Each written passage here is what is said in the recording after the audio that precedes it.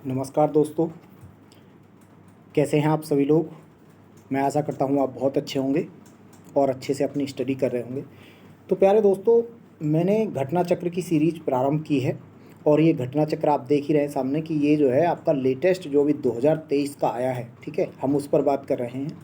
और पहला जो हम घटना चक्र कर रहे हैं वो है आपका एनवायरनमेंट और इकोलॉजी, यानी कि पर्यावरण और पारिस्थितिकी। तो प्यारे दोस्तों, इसमें हमने देखा था कि जो पहला चैप्टर है हम इसको कर रहे थे पर्यावरण एवं सतत विकास। तो पहले में वीडियो ज़्यादा लंबी हो गई थी, तो हम इसको पूरे चैप्टर को आज ख़त्म करने वाले हैं। काफ़ी बड़ा चैप्टर है। तो क्या कर लिया था, इसमें टोटल 11 चैप्टर हैं। देखो, हमने इस पर्यावरण और सतत विकास में पर्यावरण को पढ़ा था कि क्या होता है पर्यावरण, उसके कारक क्या होते हैं, ठीक है। उससे जुड़े हुए जो भी प्रश्न अभी तक पूछे गए हैं उनको सभी को हमने कर लिया था। सारे जितने भी प्रश्न थे उनको हमने कर लिया था, ठीक है जी। तो उसके बाद हमने देखा था नेक्स्ट धारणीय विकास एवं सतत विकास से क्वेश्चन जो पूछे गए थे उनको देखा था। क्या होता है धारणीय विकास, ठीक है, इसके बारे में हमने देखा था। तो ये सारी बातें हमने बताया था मैंने आपको। प्रकृति में कार्बन चक्र और जल चक्र जो होता है दोस्तों, इसके बारे में मैंने बात बताया था। मतलब इसके बारे में जो भी क्वेश्चन पूछे गए, क्या होता है कार्बन चक्र और जल चक्र क्या होता है, कैसे मतलब पानी का सर्कल, ये जो है जल चक्र कैसे चलता है, इसमें महत्वपूर्ण भूमिका सबसे ज़्यादा कौन निभाता है, तो आपका सूर्य की किरणें इसमें महत्वपूर्ण भूमिका निभाती हैं। ये हमने इससे जुड़े हुए प्रश्न पढ़ लिए थे। वायुमंडल में भी मैं वायुमंडल के बारे में बताया था कि मैं ये बताया था कि पदार्थ में तत्व होता है, यौगिक होता है और मिश्रण होता है, ठीक है। तो वायु जो है वो क्या होता है, एक मिश्रण होता है गैसों का। और सबसे ज़्यादा कौन सी गैसें मिलती हैं, इसके बारे में भी क्वेश्चन पूछा जाता है। सारे के सारे हमने बताया था। अभी आप देखेंगे कि जो ये वाला दिखाया था कि भाई ऑक्सीजन और जो कार्बन डाइऑक्साइड है उसका कैसे सर्कल है। आप देख सकते हैं कि पौधे क्या करते हैं, रिलीज़ करते हैं ऑक्सीजन, और जंतु जो करते हैं वो क्या करते हैं, रिलीज़ करते हैं कार्बन डाइऑक्साइड। तो ये इस प्रकार से सर्कल चलता है, इसके बारे में बात किया, ठीक है जी। ये सारे इससे जुड़े हुए प्रश्न हमने कर लिए थे। आज हम पढ़ने वाले पर्यावरण सुरक्षा। पर्यावरण सुरक्षा पर हम बात करेंगे आज, ठीक है जी। और पर्यावरण सुरक्षा से जुड़े हुए जो भी प्रश्न होंगे, ठीक है, इसके बारे में हम बात करने वाले हैं। तो पर्यावरण सुरक्षा मतलब एनवायरमेंट प्रोटेक्शन। पर्यावरण अपकर्षण से क्या अभिप्राय है, ये प्रश्न पूछा गया सबसे पहले। अब देखेंगे इसमें जो पहला प्रश्न था वो क्या पूछा गया है, वो है पर्यावरण अपकर्षण से क्या आपका आशय है। पर्यावरण अपकर्षण अर्थात मेरे प्यारे दोस्त, अपकर्षण का मतलब है कि पर्यावरण का किसी भी प्रकार से लॉस होना, हानि पहुंचाना, ठीक है। तो इसमें देखेंगे पहला ए दे रखा है पर्यावरणीय गुणों का पूर्ण रूप से निम्नीकरण। तो भाई ये तो जुड़ा हुआ है बिल्कुल अपकर्षण से। मानवीय क्रियाकलापों से विपरीत परिवर्तन लाना। तो मानवीय क्रियाकलाप कर रहे हो आप, मान लो आपने उद्योग खोला, उद्योग से क्या हुआ, तो आपके भाई पेड़ काट रहे हो आप, तो मानवीय क्रियाकलाप क्या कर रहे हैं, ये भी तो क्या कर रहे हैं, अपकर्ष कर रहे हैं, ठीक है ना। उसके बाद देखेंगे पारिस्थितिक भिन्नता के परिणाम स्वरूप पारिस्थिति के असंतुलन। तो प्यारे दोस्त, ये जो भिन्नता है इसकी वजह से पारिस्थिति जो होती है, ठीक है, इकोलॉजी, इसमें क्या जा रहा है आपका डिसबैलेंस आ जा रहा है। तो ये सारे के सारे प्यारे दोस्त अपकर्षण से जुड़े हुए हैं, अर्थात इसका आंसर क्या होगा, डी इसका आंसर होगा, ठीक है जी। अगला प्रश्न देखते हैं। अगला प्रश्न है अपक्षय, ठीक है, का विचार संबंधित है, किससे जुड़ा हुआ है अपक्षय। अपक्षय, चलो मैं इसको भाई आपको दो चीज़ें बताता हूँ। एक होता है अपर्दन और एक अपक्षय, दो वर्ड है। एक को बोलते हैं अपक्षय और अपर्दन। अपर्दन, ठीक है, अपक्षय और अपर्दन, दोनों को अंतर समझिएगा।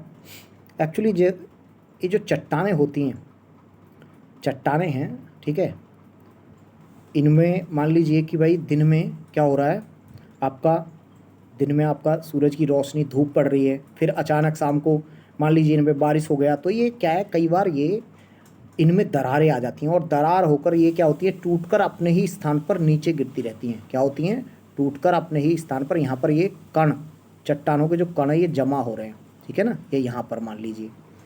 इसको बोलते हैं प्यारे दोस्त, इस प्रक्रिया को क्या कहा जाता है, अपक्षय कहा जाता है। इस प्रक्रिया को क्या बोलते हैं, अपक्षय। अच्छा, अपर्दन क्या होता है दोस्तों। अब अपर्दन देखो, अपर्दन ऐसे समझिए कि जैसे मान लो नदियों द्वारा भी होता है अपर्दन, हवा द्वारा भी होता है ना।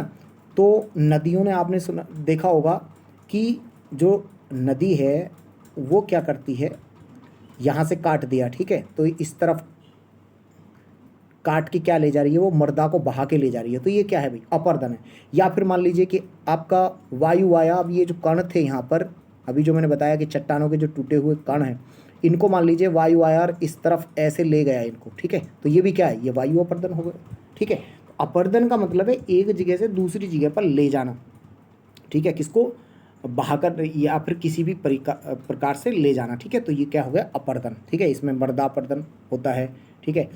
और यहाँ पर देखेंगे अपक्ष का मतलब है भाई चट्टानों का अपने ही स्थान पर टूट के गिर जाना, ठीक है, तो ये अपक्ष है। दोनों में अंतर समझ में आना चाहिए, मुझे लग रहा है समझ गए होंगे अब आप देखेंगे भी अपक्ष का अर्थ देखो लिखा हुआ है, अपक्ष का विचार संबंधित है, तो भाई आप जल्दी से बताइए, लिखा हुआ है प्रखर, लिखा हुआ पृथक हुए पदार्थों का संग्रह। अच्छा ये तो ठीक है, पृथक पदार्थों का संग्रह है, लेकिन आगे देखेंगे दूसरा जो हमें बेस्ट ऑप्शन पर जाना होता है, मौसम में दैनिक परिवर्तन, बिल्कुल ठीक है ये भी, लेकिन अब हम अपक्ष की बात कर रहे हैं ना। लिखा हुआ एक प्राकृतिक क्रिया जो चट्टानों को सूक्ष्म कणों में विभक्त करती है, बिल्कुल ये एक नेचुरल क्रिया है दोस्तों, और जो चट्टान है उनको क्या कर रहा है, छोटे छोटे कणों में विभक्त कर देता है, तो इसका आंसर क्या होगा, सी सही आंसर है। मुझे लग रहा है ये बात आप समझ गए होंगे। तीसरा प्रश्न देख लेते हैं क्या है, तो तीसरा प्रश्न है आपका, निम्नलिखित में से किस एक का संबंध पर्यावरण सुरक्षा से नहीं है।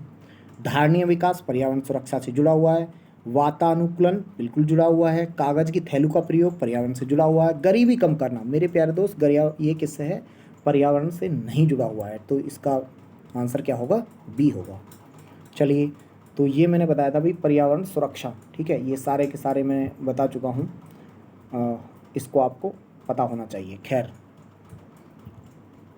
अब ये वातानुकूलन यहाँ पर आपको समझ में आ रहा है, यानी कि जब एसी वगैरह हम जो ज़्यादा यूज़ कर रहे हैं तो ये भी पर्यावरण को क्या है, बहुत क्षति पहुँचाते हैं, तो ये भी ठीक नहीं है ना। खैर हम आते हैं भाई धारणीय विकास, और धारणीय विकास जो है ये है धारणीय विकास लक्ष्य। धारणीय विकास तो मैं बता चुका हूँ आपको क्या होता है, ये है धारणीय विकास लक्ष्य, धारणीय विकास लक्ष्य, इसका मतलब हो गया टारगेट जो होते हैं, या फिर जो आपका SDG सस्टेनेबल डेवलपमेंट गोल्स, इनको क्या बोलते हैं, SDG सस्टेनेबल डेवलपमेंट गोल्स। इसको आप समझिएगा ये क्या है क्या नहीं है, UNO द्वारा इनको मतलब इनकी घोषणा की गई है, आखिर ये क्या है, पर्यावरण से जुड़े हुए हैं, तो धारणीय देख लेते हैं इनको भी, सतत विकास लक्ष्य क्या है। दो चीज़ है देखिए, एक होता है विकास से जुड़ी हुई दो चीज़ें हैं, इनको आप समझिएगा, एक को बोलते हैं MDG, एक को बोलते हैं MDG, क्या बोलते हैं भाई, MDG मिलेनियम डेवलपमेंट गोल्स, एक को बोलते हैं सस्टेनेबल डेवलपमेंट गोल्स। ध्यान से सुनिएगा, मिलेनियम डेवलपमेंट गोल्स की जो शुरुआत की गई थी वो आपको याद रखना है सन 2000 में की गई थी, और ये 2000 से 2015 तक चले थे, इनका जो कार्यकाल था, ठीक है जी, 2015 तक। उसके बाद अभी जो SDG चल रहा है उसका कार्यकाल है 2015 से स्टार्ट हुआ और ये 2030 तक चलेंगे। 2015 से स्टार्ट हुआ है, 2030 तक ये चलेंगे, ठीक है जी। इनको क्या बोलते हैं, SDG सस्टेनेबल डेवलपमेंट गोल्स, ठीक है। तो ये क्या है, इनको MDG को बोलते हैं millennium development goals. Millennium development goals दोस्तों ये क्या होते थे कि प्रत्येक देश के लिए UN ने क्या रख रखा था, अलग अलग टारगेट रखे हुए थे। जैसे मान लो भारत को 2001 से लेकर 2015 के बीच 5% गरीबी को कम करना है, शिक्षा स्तर को इतना बढ़ाना है, प्रत्येक देश के लिए, ऑस्ट्रेलिया के लिए अलग, सबके लिए अलग अलग टारगेट थे। प्रत्येक क्षेत्र में गरीबी कम करना है, बेरोजगारी इतना कम करना है, स्वास्थ्य क्षेत्र में इतनी सुविधाओं को बढ़ावा देना है। लेकिन प्यारे दोस्त ये जो SDG है, ध्यान से सुनेंगे, SDG का अब देखो MDG का स्थान किसने लिया है, SDG ने लिया है। और SDG जो होगा दोस्तों ये कंप्लीट खत्म करने की बात करेगा, यानी कि जीरो हंगरनेस, जीरो गरीबी, ठीक है, शून्य गरीबी, यानी कि सब चीज़ों को एलिमिनेट करना है सभी देशों को। कब से लेकर 2015 से लेकर 2030 तक, तो ये है MDG, आपको याद रखना दोस्तों। इस MDG में टोटल हमने 17 टारगेट रखे हैं, 17 गोल्स, और उन 17 गोल्स में से दोस्तों क्वेश्चन पूछा जाता है, बहुत ही महत्वपूर्ण है, और उनको हम याद करने का प्रयास करेंगे ट्रिक के माध्यम से, ताकि आप उनको याद रखो, ठीक है। चलिए कोई नहीं, कोशिश करते हैं। यहाँ पर देखेंगे आप सबसे पहले इसको समझ लीजिए भाई, सस्टेनेबल डेवलपमेंट क्या होता है? ऐसा विकास जो हम भावी पीढ़ियों को ध्यान में रखकर करते हैं, ठीक है जी। ऐसा यानी कि विकास ताकि जो भावी पीढ़ी हैं उन वो भी लाभ उठा सकें आने, ये हमारे जो प्राकृतिक संसाधन हैं उनका, ठीक है जी। तो हम इस प्रकार यूज़ करें ताकि आने वाली पीढ़ियाँ भी इसका लाभ उठा सकें। देख लीजिए, सतत विकास अवधारणा लिखा हुआ है, जिसके अंतर्गत वर्तमान की आवश्यकताओं के साथ साथ भविष्य की आवश्यकताओं को ध्यान में रखा जाता है। लिखा हुआ है इसी के तत्वाधान में धारणीय विकास की प्राप्ति हेतु विभिन्न प्रकार के लक्ष्य निर्धारित किए गए, जिन्हें दोस्तों 2030 तक प्राप्त करना है। धारणीय विकास लक्ष्यों को लिखा हुआ है सर्वप्रथम 2012 में रियो डी जेनरी जो आपका सम्मेलन हुआ था उसमें प्रस्तावित किया गया था। तो ध्यान रखना है, धारणीय विकास लक्ष्य जो एसडीजी थे उनको सबसे पहले 2012 में रियो डी जेनरी जो हुआ था, ठीक है, वहाँ पर रियो +20 उसमें इनको क्या किया गया था, इंट्रोड्यूस किया गया था। खैर, सतत विकास लक्ष्य के अंदर यहाँ पर देखेंगे टोटल दोस्तों 17 लक्ष्य हैं। कितने हैं? टोटल 17 लक्ष्य हैं और इनको आप याद रखेंगे। 17 लक्ष्य इसके अंतर्गत हैं, पूछा जाएगा, और एक एक लक्ष्य बहुत आपको याद होना चाहिए, महत्वपूर्ण है। तो सबसे पहले तो देखो भाई, पहला क्या है? पहला है गरीबी की समाप्ति करना, ठीक है। गरीबी की समाप्ति यानी कि जीरो पॉवर्टी, ठीक है। तो जीरो पॉवर्टी, तो इसको आप ऐसे याद रख सकते हैं कि ट्रिक क्या होगा इसका, इसको ऐसे याद रख सकते हैं, 1 रुपये में गरीबी समाप्त नहीं होती, ठीक है। 1 रुपये में गरीबी समाप्त नहीं होती, तो 1 रुपये याद रखना है भाई आपको। इसको कैसे याद रखेंगे? तो इसको आप याद रखेंगे, बस ट्रिक बना रहा हूँ मैं इसको। तो 1 रुपये में आपको गरीबी समाप्त नहीं होती, ठीक है, ये हो गया। दूसरा आया भाई भुखमरी। भुखमरी को कैसे याद रखेंगे? देखो, ये 2 वर्डों से मिलकर बना है, भूख, ठीक है, ऐसे याद रखो, क्योंकि हमें किसी भी प्रकार से ट्रिक याद रखना है, मतलब बस दिमाग में फिट करना है, भूख प्लस मरी, ठीक है। तो दोस्तों ये 2 शब्द हो गए, तो क्या हो गया? 2 में क्या आ जाएगा? भुखमरी। 3 में दोस्तों क्या लिखा हुआ है? लोगों के लिए स्वास्थ्य है, तो हेल्थ की बात की गई है, ठीक है, हेल्थ की बात की गई है। तो इसको देखो, आपने सुना होगा, अगर हम सरकारी अस्पतालों में आज भी जाते हैं तो प्यारे दोस्त, वहाँ पर आप देखेंगे सरकारी अस्पतालों में बहुत अच्छी सुविधाएं नहीं है, तो उनको कई बार ऐसे बोल दिया जाता है, ऐसे मान लो कि एक इसमें जैसे ऐसे याद रख सकते हैं, कोई जो भारत में स्वास्थ्य सुविधाएं हैं वो 3 में, ठीक है, 3 में ना 13 में, ठीक है, 3 में ना 13 में। तो दोस्तों 3 जहाँ वर्ड आएगा शुरू का, तो उसका मतलब है स्वास्थ्य की बात की जाएगी। गुणवत्तापूर्ण शिक्षा, चौथे में देखो क्या लिखा हुआ है, गुणवत्तापूर्ण शिक्षा। आप शिक्षा को लिखो, तो शिक्षा जो है ना दोस्तों, वो 4 वर्ड से मिलकर बना है। कैसा? 4 शब्द, शिक्षा, ठीक है, 4 शब्द, तो 4 शब्द आएंगे तो क्या आ जाएगा? शिक्षा। लैंगिक समानता को कैसे याद रखेंगे भाई? लैंगिक समानता 5 में है, ठीक है। समानता मतलब जेंडर इक्वेलिटी, सभी क्या है? समान है, चाहे वो महिला हो पुरुष हो, थर्ड जेंडर, सभी क्या है? समान होंगे। इसको ऐसे याद रखोगे कि 5 में क्या है? लैंगिक समानता। और इसका विपरीत जो 10 है दोस्तों, अब देखेंगे 10, 5 दूनी 10, तो 10 हो गया। तो इसके विपरीत जो होगा वो है असमानता। तो क्या हो जाएगा? असमानता किस में है? असमानता है 10 में, 5 में क्या है? क्योंकि समानता है। उसके बाद अभी छठा देखेंगे, स्वच्छता। छठा क्या दिया रखा है? स्वच्छता। देखेंगे हम 5 याद कर चुके हैं, 6 कर चुके हैं, छठे में देख लेते हैं भाई। आप छठे में क्या दे रखा है? आप देखिएगा, 1 मिनट, ओके,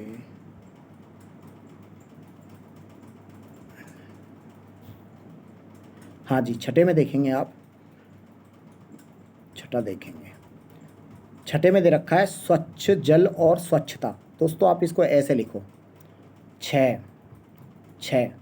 ऐसे लिखेंगे ना, तो 6 से अब कैसा वर्ड आ रहा है? आप एकदम आपका जो उच्चारण होगा वो ऐसे आएगा, स्वच्छ, ठीक है, स्वच्छ। तो स्वच्छ क्या होगा दोस्तों? स्वच्छ जल होगा और यहाँ पर स्वच्छता होगा। तो 6 से क्या याद रखेंगे? स्वच्छता, ठीक है जी। उसके बाद आ जाइए 7 में। 7 में देखेंगे भाई ऊर्जा। ऊर्जा को कैसे याद रखेंगे? ये भी बड़ा ही इंपॉर्टेंट है, ऊर्जा। देखो मेन याद रखना है एक वर्ड को, किफ़ायती और स्वच्छ ऊर्जा दोस्तों। तो यहाँ पर आ जाएगा, हमने यहाँ से लिया ऊर्जा 7 में। तो देखो भाई, आप क्या होते हैं, जब हम लोग साथ साथ होते हैं ना, साथ मिलकर मान लीजिए लोग काम करते हैं, हम साथ हैं, तो जब लोग साथ मिलकर काम करते हैं वो क्या होते हैं? हमेशा ऊर्जावान होते हैं, ऊर्जावान। तो साथ में क्या हो जाएगा? साथ मिलकर काम करना यानी कि ऊर्जावान होते हैं। क्लियर हो गया? साथ में, ठीक है जी। उसके बाद 8 देख लीजिए, 8 को आपको ऐसे ही याद रखना पड़ेगा। 8 में दोस्तों हमारा जो औद्योगिक विकास है, आर्थिक वृद्धि है, यानी कि आर्थिक वृद्धि वगैरह जो है उसको दिया हुआ है, ठीक है। 9 में देखेंगे, 9 में क्या है, तो 9 को ऐसे याद रखोगे, 9 दिख रहा है ना, 9, 9 को लिखिए आप, 9 लिखेंगे तो इससे आपका लिखा जाएगा नवाचार। नवाचार एक वर्ड पकड़ना है बस, तो 9 से नवाचार। अब देखो ये लिख रहा है ना, नवाचार और बुनियादी ढांचे का विकास और उद्योग। तो दोस्तों नवाचार करेंगे तो क्या होगा, जब आप पे नवाचार होगा तो बुनियादी ढांचे का विकास भी होगा और उद्योगों का भी विकास होगा। तो आपको याद रखना कि 9 में क्या आएगा, नवाचार। खैर 10 तो मैंने बता ही दिया किसका उल्टा है, तो भैया 5 में समानता है तो इसमें असमानता आ जाएगी। 11 को आपको याद रखना है भाई, क्या है 11 में, धारणीय शहरी और सामुदायिक विकास, इसको भी आपको खुद ऐसे ही याद रखना पड़ेगा। उसके बाद है 12वां, जिम्मेदारियों के साथ उपभोग और उत्पादन, ऐसे ही याद रखना पड़ेगा। 13वें में है जलवायु कार्यवाही, ये बड़ा ही इंपॉर्टेंट है, 13वां पूछा भी गया है। 14 को कैसे याद रखोगे दोस्त, ये बड़ा इंपॉर्टेंट है। जो जल होता है ना, जल में जो जीवन है, यानी कि समुद्री जो होता है दोस्तों, कुल मिला के समुद्र जो होता है उसमें जो जीव पाए जाते हैं उनके बारे में बात किया गया, उनके सुरक्षा के बारे में, ठीक है। तो दोस्तों इसको आप ऐसे याद रखोगे, आपने एक गाना सुना होगा 7 समुद्र पार, ठीक है, या फिर ऐसा बोला जाता है 7 समुद्र पार। तो अब इसको बस आपको ऐसे याद रखना है कि 7 नहीं, ठीक है, 7 नहीं, आपको क्या याद रखना है इसके बारे में मैं 14 की बात कर रहा हूँ। एक मिनट रुकेंगे, हाँ जी, हाँ, तो इसको आप याद रखेंगे 14 को, 14 समुद्र पार, 14 समुद्र पार। तो प्यारे दोस्त 14 समुद्र, 7 नहीं, जहाँ 7 यहाँ पे क्या आएगा, 14 समुद्र पार। और समुद्र का मतलब क्या हो गया, समुद्री जीवों की सुरक्षा। 15 में दोस्तों आपको इसको ऐसे याद रखना है कि 14 के अगले में क्या है, क्योंकि इसमें 14 में समुद्र वाला है, तो 15 को आपको ऑटोमेटिकली कि अगले में कौन सा था, तो स्थलीय जो जीव होते हैं उनकी सुरक्षा की बात की गई है। 16 में क्या है दोस्तों, 16 में दे रखा है शांति, न्याय और सशक्त संस्थाएं। तो प्यारे दोस्त 16 को आप ऐसे लिखेंगे, ठीक है। तो 16 में क्या लिखेंगे, 16, ठीक है, 16 को ऐसे लिखेंगे तो 16 बराबर मतलब शांति। 16 में क्या हो जाएगा, शांति। तो 16 बराबर शांति, और शांति के साथ न्याय मिलेगा और सशक्ति है। 17वें में दोस्तों लक्ष्यों की भागीदारी, जो भी लक्ष्य हैं उन सभी देशों में क्या होना चाहिए, भागीदारी होना चाहिए। खैर इसको तो आप ऐसे ही याद रखेंगे। 17 में क्या है, 17 में क्या दे रखा है, इसको कैसे याद रखेंगे, टोटल लक्ष्यों की संख्या कितनी है, 17 है, तो टोटल लक्ष्यों की संख्या 17 है। 17 में क्या दे रखा है, 17 में दे रखा है लक्ष्य। क्लियर हो गया, तो 17 बराबर लक्ष्य। अब मुझे लग रहा है इसमें से कोई भी प्रश्न आएगा दोस्तों, आप टेक्निक के माध्यम से इसको ठीक कर लेंगे। जैसे एग्जांपल, अब देखो ये आपको ध्यान रखना है, इससे लगातार क्वेश्चन उत्तर प्रदेश पीसीएस, आपके यूपीएससी में भी पूछा जाता है कि इस लक्ष्य में क्या है, या फिर क्रोनोलॉजी कैसे करके दे देता है, मैच द फॉलोइंग दे देता है, ठीक है, कुछ भी दे सकता है। खैर इससे जुड़े हुए प्रश्न देख लेते हैं। 17 लक्ष्य हैं, मैंने बता दिया है भाई, ये सस्टेनेबल डेवलपमेंट इंडेक्स। खैर हम आगे पढ़ते हैं, ये हम बता चुका हूँ मैं इसके बारे में, धारणीय विकास, इसी पर बात कर रहे थे। इससे जुड़े हुए प्रश्न बड़े ही महत्वपूर्ण, देखो 2016 में यूपीएससी ने पूछ लिया आईएएस वाले एग्जाम में। क्या प्रश्न है भैया, पढ़ो इसको ज़रा। प्रश्न है आपका, निम्नलिखित कथनों पर विचार करिए, ठीक है जी। लिखा है धारणीय विकास लक्ष्य सस्टेनेबल डेवलपमेंट गोल्स पहली बार 1972 में एक वैश्विक विचार मंच थिंक टैंक ने, जिसे क्लब ऑफ रोम कहा जाता है, प्रस्तावित किए। मेरे प्यारे दोस्त प्रस्तावित इनको गलत है, ये किस में किए गए थे, रियो प्लस 20, ठीक है, रियो प्लस 20 कब हुआ, रियो क्योंकि 92 में हुआ था, तो इसके 20 साल बाद रियो प्लस 20 हुआ था, कहाँ पर, रियो डी जेनरी में ही। कब हुआ ये, 2012 में इनको प्रस्तावित किया गया था माय डियर फ्रेंड। पहला तो गलत है। दूसरा देखेंगे, धारणीय विकास लक्ष्य 2030 तक प्राप्त करने, बिल्कुल ठीक है, 15 में आए थे, एमडीजी का इन्होंने स्थान लिया था, मिलेनियम डेवलपमेंट गोल्स का, ठीक है। सभी में इसको सभी चीज़ों को क्या करना है, एक साथ समाप्त करना है, मैंने बता दिया है। पहला प्रश्न क्लियर है, तो केवल 2 ठीक होगा, यूपीएससी ने पूछा है, हाँ जी। उसके बाद आएंगे सतत विकास लक्ष्य 2017 में, प्यारे दोस्त भारत का क्या स्थान है ये पूछ रहा है। अरे भाई हमें याद नहीं, सतत विकास लक्ष्य 2017 का याद ही नहीं रखना, करंट अफेयर से पूछता है, तो 2022 का याद रखना है। यहाँ पर देखेंगे 2022 का भारत में 121वां स्थान है। तो देखो अब एक्चुअली क्या है ना, 2 से 3 साल पीछे तक के भी पूछ लेता है, तो आपको याद रखना है। एक तो कब कौन सा वाला याद रखना है, 17 वाला छोड़ दीजिए, अब आपको 22 वाला 23 वाला याद रखना है, ठीक है। तो अभी तो 22 वाला ये बता दिया, 23 में आएगा तो वो बता दिया जाएगा आपको, ठीक है ना। तो ये आपको याद रखना है। तो अभी कितना स्थान है, तो आपको 121वां स्थान है। इसको जारी कौन करता है, ये सतत विकास सूचकांक है, तो ठीक है। इसको जारी कौन करता है संस्था, वो हम आगे देखेंगे क्या है, इसके बारे में पूछ लिया जाता है कई बार। लेकिन हाँ, सतत विकास लक्ष्य भारत के लिए कौन निकालता है, तो प्यारे दोस्त ये भी पूछा गया कि सतत विकास लक्ष्य यानी कि sustainable development index for India या फिर इंडियन सस्टेनेबल डेवलपमेंट गोल्स कौन निकालता है, तो नीति आयोग निकालता है, नीति आयोग। इसको कौन निकालता है, इसके बारे में बात करेंगे, तो ये आपको याद रखना है। उसके बाद देखेंगे भी, फिर से पूछ लिया है, हाँ ये वाला क्वेश्चन है, देखो निम्नलिखित में से कौन सा राज्य भारत के धारणीय विकास लक्ष्य सूचकांक यानी कि जो भारत का सस्टेनेबल डेवलपमेंट गोल्स इंडेक्स है उसमें कौन सा स्थान शीर्ष पर नहीं था, तो इसके बारे में क्वेश्चन पूछा हुआ है। ये इंपॉर्टेंट नहीं है क्योंकि हमें अभी भी इसका भी क्या पढ़ना है भाई, लेटेस्ट पढ़ना है, क्योंकि पुराना याद नहीं रखना है। वैसे इसमें गुजरात नहीं था, खैर वो छोड़ देना हमें। तो इसको कौन निकालता है, इसको नीति आयोग इसको जारी करता है। इसको थोड़ा सा ठीक है देख लेना, ये नीति आयोग इसको जारी करता है। और यहाँ पर एक चीज़ देख लेना, 2021 में क्या है, 2021 में आपको याद रखना केरल सबसे सर्वोच्च था, यानी कि एसडीजी में। अब एसडीजी में क्यों था भाई, आप थोड़ा खुद ही सोचिए कि जो केरल है वहाँ पर देखो स्वास्थ्य सुविधाएं है ना, हेल्थ सुविधाएं, शिक्षा यानी कि जो शिक्षा सुविधाएं हैं वो भी सबसे अच्छी हैं। तो इसीलिए एसडीजी इंडेक्स जो इंडिया है उसमें केरल पहले पर है, तमिलनाडु दूसरे पर है, हिमाचल प्रदेश तीसरे पर है। ये तो मैंने कब का बताया, 2021 का। अब देखो 2022 का और 23 का भी आपको यहाँ पर ऐड कर लेना है, करंट अफेयर से ये आपको करना है, तो आपको याद रखना है, वो भी इम्पोर्टेंट है।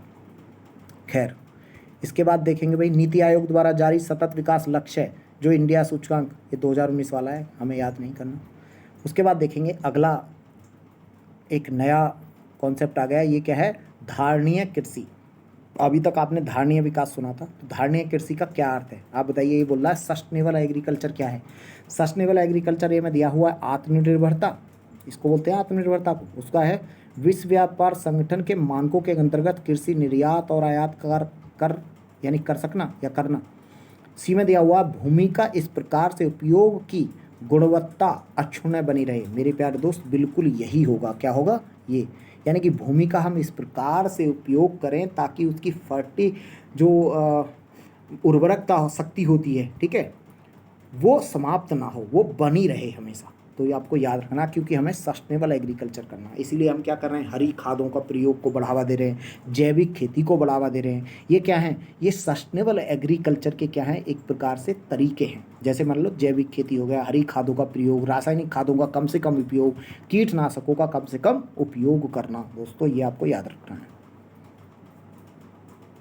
खैर अगला देखेंगे आप, नेक्स्ट प्रश्न इससे जुड़ा हुआ छठा देखेंगे, वर्तमान में जनसंख्या के सुखों का परित्याग किए बिना भविष्य के लिए ऊर्जा और अन्य संसाधनों की बचत निम्नलिखित में से किस अवधारणा में आता है, बताइए। ये तो मैं बता चुका हूँ, बार बार अलग अलग तरीके से पूछ रहा। देखिए 2018 में उत्तर प्रदेश पीसीएस ने पूछा है। इसको दोस्तों संपूर्णीय विकास यानी क्या बोलते हैं, संपोषणीय विकास यानी कि धारणीय विकास या फिर सतत विकास के नाम से जाना जाता है। ये तो हम पढ़ चुके हैं, ठीक है जी। उसके बाद एक और प्रश्न है यहाँ पर 7वां देखेंगे, लिखा हुआ है निम्नलिखित में से कौन सा सतत विकास लक्ष्य भारत, ठीक है, भारत ने 2030 तक सभी के लिए पानी की उपलब्धता और स्थायी प्रबंधन को लक्षित करेगा, बताइए। अब ये प्रश्न पूछ लिया गया, मैंने बोला ना अभी आपको सारे के सारे याद रखने पड़ेंगे मेरे प्यारे दोस्त। पानी, स्वच्छ पानी की बात किस पे की गई थी, याद करिए, मैंने ट्रिक से याद करवाया। छः को ऐसे लिखेंगे, 6 मतलब स्वच्छ, और स्वच्छ क्या होगा, स्वच्छ पानी होगा, पानी और स्वच्छता, स्वच्छता। तो दोस्तों इसमें एसडीजी क्या हो जाएगा, 6 हो जाएगा। देखो यूपीपीसीएस 2019 में पूछा हुआ है, बड़ा इंपॉर्टेंट है। तो एसडीजी को आपको किसी भी तरीके से टेक्निकली लगा के याद करना है दोस्तों, ठीक है ना, तो आपको याद रखना है। चलिए खैर ये सारे के सारे दे रखे हैं, मैं बता चुका हूँ ट्रिक के माध्यम से। ये वाला आपका 8वां प्रश्न देखेंगे, 7वां प्रश्न था, उसके बाद 8वां देख लीजिए। निम्नलिखित में से कौन सा भारत में सतत विकास लक्ष्यों के क्रियान्वयन के लिए नोडल एजेंसी है। तो जो 17 गोल्स हैं, उनको लागू करने वाली नोडल एजेंसी भारत में कौन सी है? तो दोस्त ध्यान रखना है आपको, नीति आयोग है। जिसने नीति आयोग ने किसका स्थान लिया है? तो आपको याद रखना है योजना आयोग का। इसकी स्थापना कब की गई थी? 1 जनवरी, ठीक है, 1 जनवरी 2015 को मोदी सरकार आई और इसको क्या किया, योजना आयोग को ख़त्म कर दिया और नीति आयोग बना दिया। नीति आयोग की फुल फॉर्म क्या है? नेशनल इंस्टीट्यूट फॉर क्या बोलेंगे, national institute for transforming India. ये भी पूछा हुआ है, यूपीएससी ने भी पूछा ये क्वेश्चन कि फुल फॉर्म ही पूछ लिया। कई बार यूपीएससी बहुत एक आध क्वेश्चन आसान दे देता है खुश करने के लिए कि अच्छा ये तो हमसे हो गया। देखो भाई आप देखेंगे कथन और कारण वाला क्वेश्चन है, देखते हैं इसको। कथन में दिया हुआ है सतत विकास, और अगला सतत विकास मानव समाज के कल्याण के लिए महत्वपूर्ण है, बिल्कुल महत्वपूर्ण है। सतत विकास से अभिप्राय ऐसे विकास से है जो भावी पीढ़ियों की ज़रूरतों को पूरा करने की योग्यता को प्रभावित किए बिना वर्तमान समय की आवश्यकताओं को पूरा करे। बिल्कुल ठीक है दोस्तों, इसका ए और आर दोनों सही हैं और व्याख्या भी सही करता है, इसमें कोई डाउट नहीं है। खैर उसके बाद आप देखेंगे नेक्स्ट प्रश्न, हमने देखा था 8-9 हो गया, 10वां प्रश्न और देख लीजिए। नेक्स्ट प्रश्न देखेंगे, लिखा हुआ है भारत में कृषि के पर्यावरण अनुकूल दीर्घस्थ विकास के लिए निम्नलिखित में से कौन सी रणनीति सर्वोच्च है? खैर इसको पढ़ के देखते हैं भाई क्या कौन सी सर्वोच्च है। लिखा हुआ है यानी कि कृषि कैसी होनी चाहिए? पर्यावरण के अनुकूल हो और दीर्घ काल के लिए, यानी कि सतत भी होनी चाहिए। तो देखते हैं भाई, पहला देखेंगे कृषि भूमि का विस्तार किया जाए, सुपर जो होते हैं फास्फेट, यूरिया, प्रभावी जीवनाशकों का अधिक उपयोग नहीं भाई। देखो यूरिया हो गया, ये जो आप जो जीवनाशक है यानी कीटनाशक, इनका अधिक उपयोग करोगे तो इससे क्या होती है, जो फर्टिलिटी है वो क्या होती है, कम होती है। ठीक है, हमें इसका यूज़ नहीं करना, तो ये तो गलत है। दूसरा देखते हैं अधिक पैदावार वाली किस्मों को अधिक लोकप्रिय बनाना, यानी कि जो अधिक पैदावार करती हैं, ज़्यादा उत्पादन होता है जिनका, उनको हमें लोकप्रिय बनाना है। ठीक है, उसके बाद है बेहतर और अधिक बार सिंचाई और अजैव उर्वरकों, अजैव लिखा है यहाँ पर, अजैव उर्वरकों, ठीक है, अजैव उर्वरकों और कीटनाशकों का बार बार उपयोग। फिर से यही वाली बात आ गया। ठीक है भाई, अजैव उर्वरकों का उपयोग करो आप। ठीक है, तो आपको ज़्यादा सिंचाई से क्या होगा, ज़्यादा सिंचाई भी नहीं करना है, संतुलित सिंचाई। ज़्यादा सिंचाई करोगे तो क्या होगा, उससे फर्टिलिटी कम होती है, ये भी गलत है। तीसरा देखेंगे मिश्र सस्यन, मिश्र सस्य का मतलब है मिश्र खेती। ठीक है, कार्बनिक खातें, नाइट्रोजन, यौगिक पौधे और आपका लिखा हुआ कीट प्रतिरोधी सस्य किस्में। मेरे प्यारे दोस्त बिल्कुल ठीक बात है, हम मिश्रित खेती को बढ़ावा दें। मिश्रित खेती में क्या होता है कि खेती के साथ साथ आप क्या करते हो, उसमें पशुपालन भी करते हो, और पशुपालन जब पशुपालन करेंगे तो उनका जो वेस्ट होता है, ठीक है, जो गोबर वगैरह होता है उसका यूज़ करेंगे और उससे फर्टिलिटी बढ़ती है। कार्बनिक खादों का यूज़ करें हम, यानी कि नाइट्रोजन का यूज़ करें, बिल्कुल ठीक है। उसके बाद है भाई यौगिक पौधे, और आप देखेंगे कीट, ऐसी फसलें लाएं जिनमें कीड़ा ही ना लगे, कीट रोधी। तो बिल्कुल इसका क्या होगा, आंसर होगा इसका सी होगा, क्योंकि डी को भी पढ़ लीजिए। वैसे डी क्या है भाई, डी में भी कुछ ना कुछ ऐसा होगा। डी में दिखा रखा उन्नत कृषि उपकरण यंत्र कटी फसलों के दानों की, ठीक है, क्षति को न्यूनतम करने की सशक्त कीटनाशकों का उपयोग। दोस्तों ज़्यादा कीटनाशकों का उपयोग नहीं करना चाहिए, ये एकदम गलत है, तो वो तो हम पढ़ चुके हैं। मुझे लग रहा है ये वाला बात आपको समझ में आ गया होगा। अब देखते हैं भाई पृथ्वी शिखर सम्मेलन, जिसको रियो समिट्स बोलते हैं, इसके बारे में पढ़ना चाहते हैं। तो ये आप देखेंगे अगला टॉपिक हमारा क्या है, पृथ्वी शिखर सम्मेलन। ठीक है, रियो समिट जिसको कहा जाता है, इसके बारे में देख लेते हैं, इससे जुड़े हुए क्या था क्या नहीं है। पहले तो इसकी थोड़ी सी थ्योरी भी देख लेंगे भाई, और फिर उसके बाद प्रश्न जो आएंगे वो आसान हो जाएंगे आपके लिए। एक्चुअली आप पहले मैं आपको एक चीज़ बताता हूँ, यहाँ पर 1991 में एक फंड बनाया गया था जिसका नाम है global environment facility, global environment facility, GEF। तो GEF कब बना, तो आपको याद रखना 1991। ये क्या करता है, देखो एक तरफ होते हैं भाई आपके डेवलप कंट्रीज़, होते नहीं होते, दूसरी तरफ होते हैं डेवलपिंग कंट्री, ठीक है, या फिर लेस डेवलप कंट्री, LDC बोलते हैं इनको, LDC, ठीक है ना, लेस डेवलप कंट्री। तो प्यारे दोस्त, यानी कि विकासशील देश भी हैं, ये क्या करेंगे, इसके माध्यम से जो फंड बनाया गया इसमें क्या करेंगे, जो डेवलप कंट्री हैं जैसे यूरोप की कंट्री, अमेरिका वगैरह, ये इनको कुछ वित्तीय सहायता भी करेंगे और ये इनको क्या करेंगे, टेक्नोलॉजी ट्रांसफ़र भी करेंगे। क्योंकि दोस्तों देखो, जो लेस डेवलप कंट्री हैं या फिर जो डेवलपिंग कंट्री है इंडिया जैसा, इनको क्या करना पड़ेगा, इनको अभी अपने लोगों को ज़रूरतों को पूरा करने के लिए उद्योग लगाने पड़ेंगे, उद्योगों का विकास करना पड़ेगा। ठीक है, ये लोग तो कर चुके हैं उद्योगों का विकास, तो ये अब किस पर फोकस कर रहे हैं, ये जो डेवलप कंट्री है ये अब फोकस कर रहे हैं कि एनवायरनमेंट को कम क्षति हो, ठीक है, और ज़्यादा से ज़्यादा उद्योग लगाए नहीं जाए, क्योंकि इन्होंने तो अपना विकास कर लिया। तो अब ये लोग बोलते हैं कि भाई इंडिया जैसे देशों को भी अब ये नहीं करना चाहिए, क्योंकि इससे प्रदूषण होता है, उद्योग लगता है, ये वगैरह वगैरह ये बात करते हैं, क्योंकि इन्होंने ज़्यादा क्या है, ये तो यूज़ कर चुके, ये डेवलप हो चुके हैं। तो क्योंकि इनके पास टेक्नोलॉजी कम है, कि किसके पास, लेस डेवलप या डेवलपिंग कंट्रीज़ के पास, तो इसीलिए GEF बनाया गया और उसमें क्या करेंगे, जो डेवलपिंग कंट्री है वो टेक्नोलॉजी ट्रांसफ़र करेंगे और साथ ही वो पैसा भी देंगे कि भाई आप अपने यहाँ पर क्या कर सको, एनवायरनमेंट को प्रोटेक्ट करने के लिए योजना बना सको, नीतियाँ बना सको, ये आपको याद रखना है। तो GEF मैं बता चुका हूँ।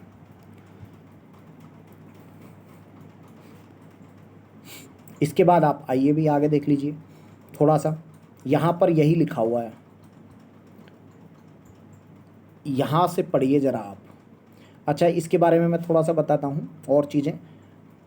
19 एक बार फिर से देख लेंगे यहाँ पर, 1992 में दोस्तों क्या हुआ था, अर्थ समिट हुआ, अर्थ समिट, ओके, अर्थ समिट हुआ था। अर्थ समिट कहाँ पे हुआ, रियो में हुआ, रियो। और रियो क्या है भाई, रियो का मतलब है रियो डी जेनेरियो, ब्राज़ील की राजधानी है, इसका नाम क्या पड़ गया, अर्थ समिट रियो में हुआ था। इसके 5 साल बाद 1990 कितना हो गया, 7 में, यानी कि 5 साल बाद दोस्तों फिर से अर्थ यानी कि ये समिट होता है, और ये आपका जो है ना, इसको बोलते हैं रियो प्लस 5। और ये रियो प्लस 5 कहाँ पर हुआ था, न्यूयॉर्क में हुआ था, ठीक है ना, ठीक है जी। उसके बाद आपका 2002 में हुआ था, 2002 में हुआ था एक, इसको बोलते हैं रियो प्लस 10, ठीक है, रियो प्लस 10 कहाँ पर हुआ था, जोहान्सबर्ग, बस ऐसे याद रखने ला, जोहान्सबर्ग, ये बात इस तरफ लिखता हूँ, ये न्यूयॉर्क, ठीक है ना, ये जोहान्सबर्ग हो गया। इसके बाद फिर सन 2012 में दोस्तों, इसको बोलते हैं रियो प्लस 20, अब की बार आ गया रियो प्लस 20, 20 वर्ष बाद, है ना। ये कहाँ पर हुआ है, 20, तो ये आपको याद रखना है, ये हुआ था आपका खुद रियो में ही। तो ये सारी की सारी बातें मैंने बताया।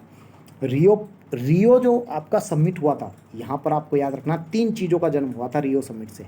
नंबर 1 क्या हुआ था, जो आप UNFCCC देख रहे हो, जो जलवायु परिवर्तन पर काम करता, उसका हुआ था। दूसरा CBD, कन्वेंशन ऑन बायोडाइवर्सिटी, और तीसरी चीज़ थी सतत विकास से जुड़ी हुई एजेंडा 21।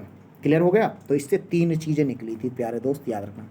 ये क्यों फेमस है भाई, ये वाला बार है, मैंने बताया सस्टेनेबल डेवलपमेंट गोल्स को पहली बार प्रस्तावित कब, क्या, कहाँ पर किया गया था, रियो प्लस 20 में, ठीक है जी। और भी देखेंगे इनके बारे में। खैर, ये बातें यहाँ पे लिखा हुआ है, इसको पढ़ लीजिए एक बार, जस्ट आपको रीड करके दिखा देता हूँ, अगर आपका कॉन्सेप्ट समझ में आ गया होगा तो। देखो यहाँ पे लिखा हुआ है। अच्छा, मैं एक बार इसको और बता देता हूँ, अर्थ समिट को। अर्थ समिट में क्या हुआ था, 3 चीज़ें निकली थी अर्थ समिट। कॉन्सेप्ट को एक एक को भाई, इसका नोट्स बनाएंगे ना आपको तो समझ में आएगा बहुत अच्छे से। अर्थ समिट से 3 चीज़ें निकली थी, 3 चीज़ें का विकास हुआ था। कौन कौन सी चीज़ें हैं, तो पहला था भाई, आपको याद रखना है, पहला है CBD, कन्वेंशन ऑन बायोडाइवर्सिटी, जैव विविधता पर अभिसमय। दूसरा लिखा था UNFCCC, इसका विकास हुआ है, UNFCCC, अभी बताएंगे क्या है। और तीसरा हुआ था एजेंडा 21, एजेंडा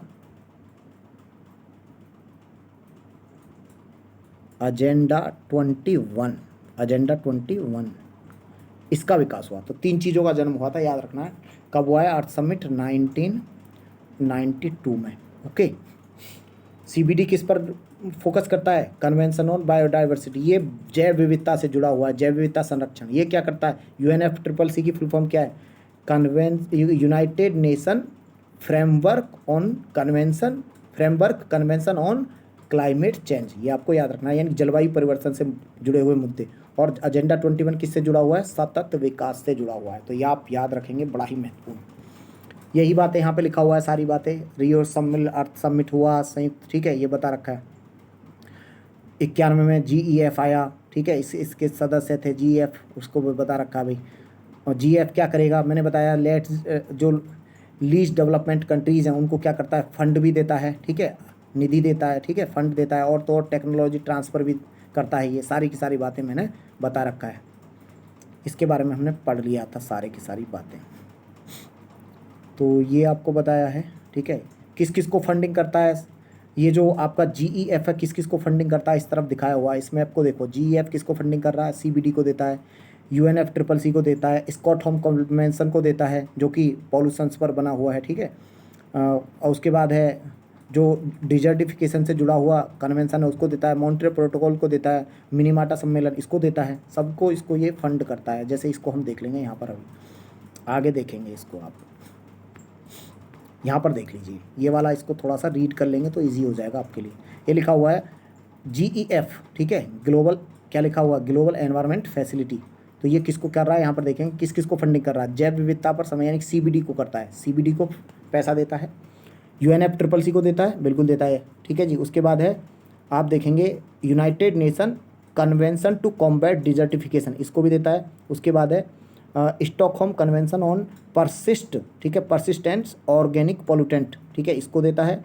पारापर मिनीमाटा सम्मेलन, ठीक है, मिनीमाटा कन्वेंशन ऑन मरकरी, इसको भी देता है। तो ये याद रखना है, इनको ये क्या करता है, पैसा फंडिंग प्रोवाइड कराता है, इनको तो देता ही है, ठीक है। और किसको देता है, तो मैंने बताया लीस्ट डेवलपमेंट जो वो होती हैं कंट्रीज़, इनको प्रोवाइड कराता है।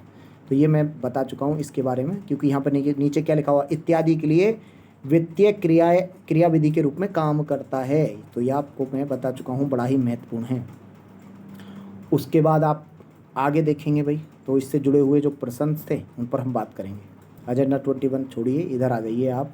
पहला प्रश्न है रियो डी जेनरी, इधर देखेंगे, रियो डी जेनरी में संपन्न अंतर्राष्ट्रीय सम्मेलन क्या है, बताइए।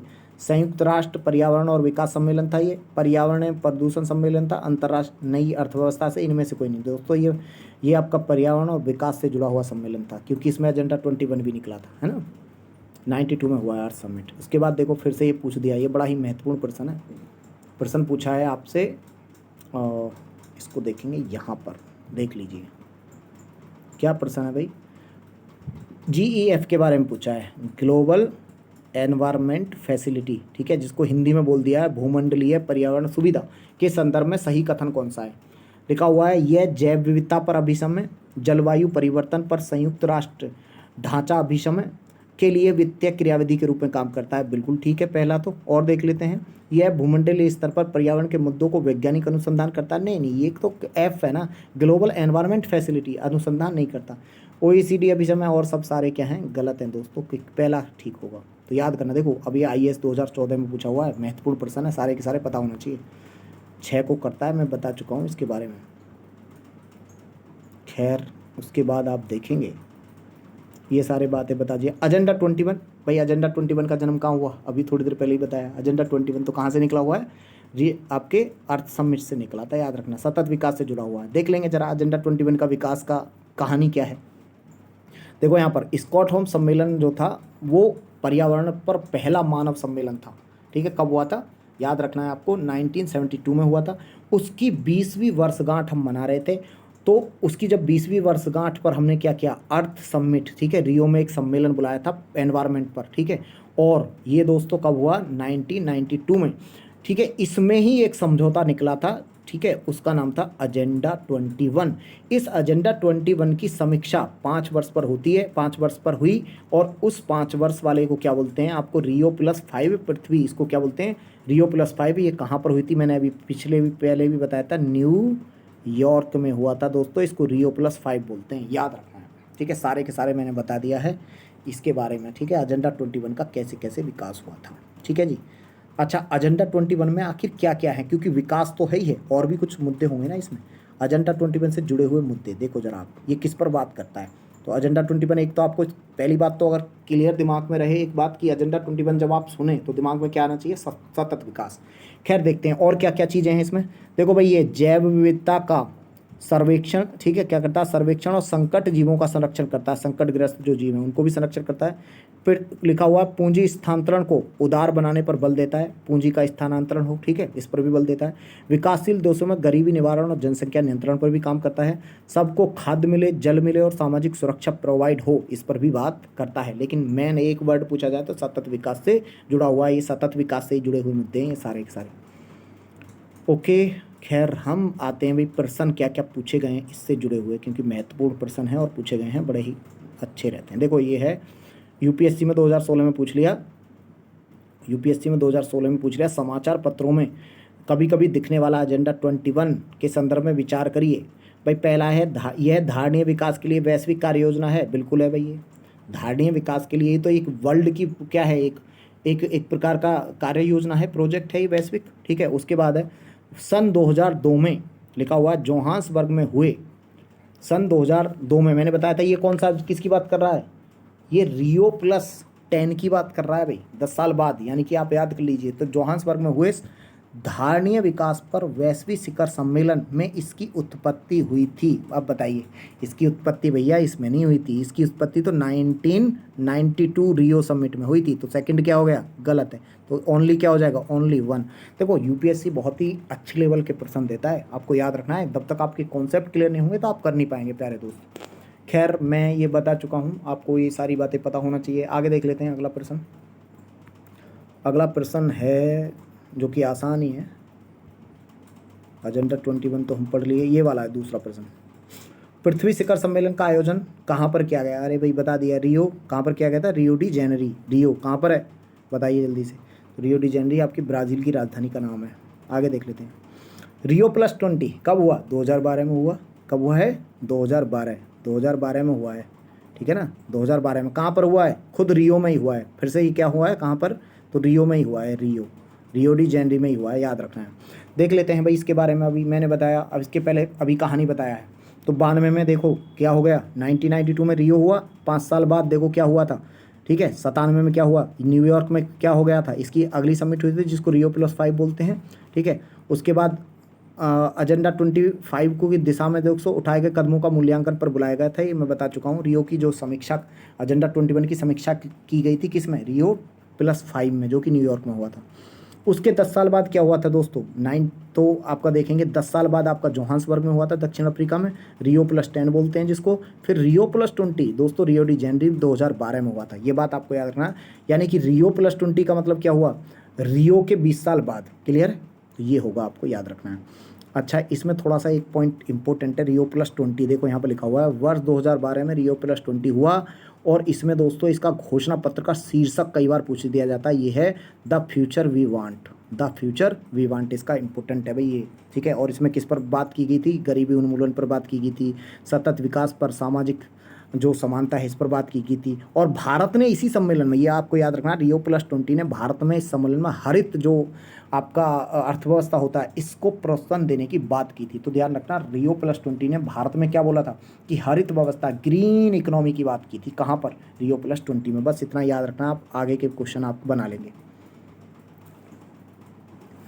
हाँ, इस पर यहाँ पर हरित, ये वाला जो था भारत के कहने पर जो है क्या एक फंड बनाया गया था जिसका नाम है हरित, देखेंगे हरित अर्थव्यवस्था पर कार्रवाई की भागीदारी, partnership for action on green economy, यानी पेज नामक एक संस्था बनाई गई थी, ठीक है, ये आपको याद रखना है। अच्छा, ये आपको याद रखना, लिखा हुआ है Rio+20 में कोई स्पष्ट रणनीति यहाँ पर नहीं बन पाई थी और ना ही ये कानूनी रूप से बाध्यकारी था, ये कानूनी रूप से, ध्यान रखना है, Rio+20 ने जिस देशों ने साइन किए थे वो बाध्यकारी रूप से लागू नहीं होते हैं, क्लियर है। और इनकी कोई स्पष्ट रणनीति भी यहाँ पर कोई निकल कर नहीं आई थी, बस हाँ पेज नामक एक वो बना था, PAG, ठीक, जिसका नाम है partnership for action on green economy, क्योंकि ग्रीन इकोनॉमी की बात किसने की थी, इंडिया ने की थी Rio+20 में। खैर अब ये प्रश्न जितने भी हैं आप बना लेंगे आराम से। प्रश्न देख लेते हैं भाई, आमतौर पर समाचार पत्रों में आने वाला Rio+20 बताइए भाई सम्मेलन क्या है। यह है धारणीय विकास, सस्टेनेबल विकास पर लिखा हुआ संयुक्त राष्ट्र सम्मेलन है, ये तो बात ठीक है। यह है विश्व व्यापार संगठन की मंत्रिवर्गीय मिनिस्ट्रियल बैठक है, बिल्कुल गलत है, दूसरा तो बी तो गलत है। उसके बाद देखेंगे यह जलवायु परिवर्तन अंतर सरकारी पैनल, बिल्कुल गलत है। यह जैव विविधता पर कन्वेंशन के सदस्यों का सम्मेलन, गलत है। क्या है भाई ये Rio+20 धारणीय विकास सस्टेनेबल पर मैंने बता दिया ये क्या था, एक सम्मेलन था, याद रखना है Rio+20। ठीक है जी, आगे देखते हैं अगला प्रश्न। दूसरा देखेंगे Rio+5 का आयोजन बताइए अभी कब हुआ, अभी बताया अभी 5 जोड़ लो, 92 में 5 जोड़ोगे 97 हो जाएगा। और कहाँ पे हुआ था, न्यूयॉर्क में हुआ था। किस लिए होता, एजेंडा 21 की समीक्षा करने के लिए हुआ था, उसकी कितनी प्रगति हुई है कितनी नहीं। उसके बाद देखेंगे अगला प्रश्न। अब ना देखेंगे Rio+20 का शीर्षक क्या है बताइए जल्दी से, अभी बताया क्या है, the future we want, the future we want. तो क्या हो जाएगा, ये वाला ए हो जाएगा, द फ्यूचर वी वांट शीर्षक, बड़ा इंपॉर्टेंट है भाई। उसके बाद देखिएगा आप अगला प्रश्न, हाँ जी 14 है, प्रथम शिखर सम्मेलन कहाँ हुआ था, पृथ्वी शिखर सम्मेलन पहला, तो भैया रियो डी जेनेरो में हुआ, इसमें कुछ है ही नहीं। अब देखो ये बड़ा महत्वपूर्ण है, आईएएस में 2018 में प्रश्न पूछा है और आसान नहीं है। ठीक है, देखिए ध्यान से पढ़ेंगे। हरित अर्थव्यवस्था पर कार्रवाई की भागीदारी, यानी पेज की बात कर रहा है। ठीक है, जो अपेक्षाकृत हरित और अधिक समावेशी अर्थव्यवस्था की ओर देशों को संक्रमण, ठीक है, में सहायता देने के लिए संयुक्त राष्ट्र की एक कार्यविधि है, अभूतपूर्व हुई। यानी कि कब इसका उदय हुआ, तो दोस्तों जोहान्सबर्ग में 2002 में पृथ्वी सम्मेलन में इसका उदय हुआ था, नहीं गलत है। रियो डी जेनेरो में, ठीक है, 2012 में संधारणीय विकास पर सम्मेलन, दोस्तों ये इसी में तो निकला था, तो ये मैं बता चुका हूँ, भारत ने इसका कॉन्सेप्ट रखा था वहाँ पर बात, फिर पेज बनाया गया। खैर ये हम सारे के सारे देख चुके हैं। अब अगला जो है वो है विभिन्न संगठन और संस्थाएं। अगला आपका जो चैप्टर यानी कि जो टॉपिक है वो क्या है, विभिन्न संस्थाएं और आपका संगठन। तो इस पर भी बात कर लेते हैं भाई, संगठन और संस्थाएं। खैर इस पर हम जाते हैं भाई, आपका डायरेक्ट हम टॉपिक्स पर जाएंगे और यानी कि जो आपके प्रश्न हैं उनको देखेंगे और वहीं पर मैं उसके बारे में डिटेल में बता भी दूंगा। प्रश्न नंबर सबसे पहला है भाई, पहला है नेरी, इसका नाम है देख लीजिए, राष्ट्रीय पर्यावरण अभियांत्रिकी शोध संस्थान, इसको इंग्लिश में बोलते हैं national environment engineering research centre, तो इसको बोलते हैं क्या हो जाता है, नेरी। नेरी दोस्तों नागपुर में है, कब इस्टेब्लिश हुआ था आपको याद रखना है।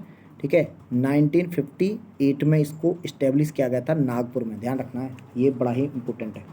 उसके बाद अगला देख लीजिए भाई, नेक्स्ट प्रश्न, नेरी बता दिया किसके, हाँ मंत्रालय पूछ लेगा कई बार इसमें, देखो क्या होता है, महाराष्ट्र में हो गया।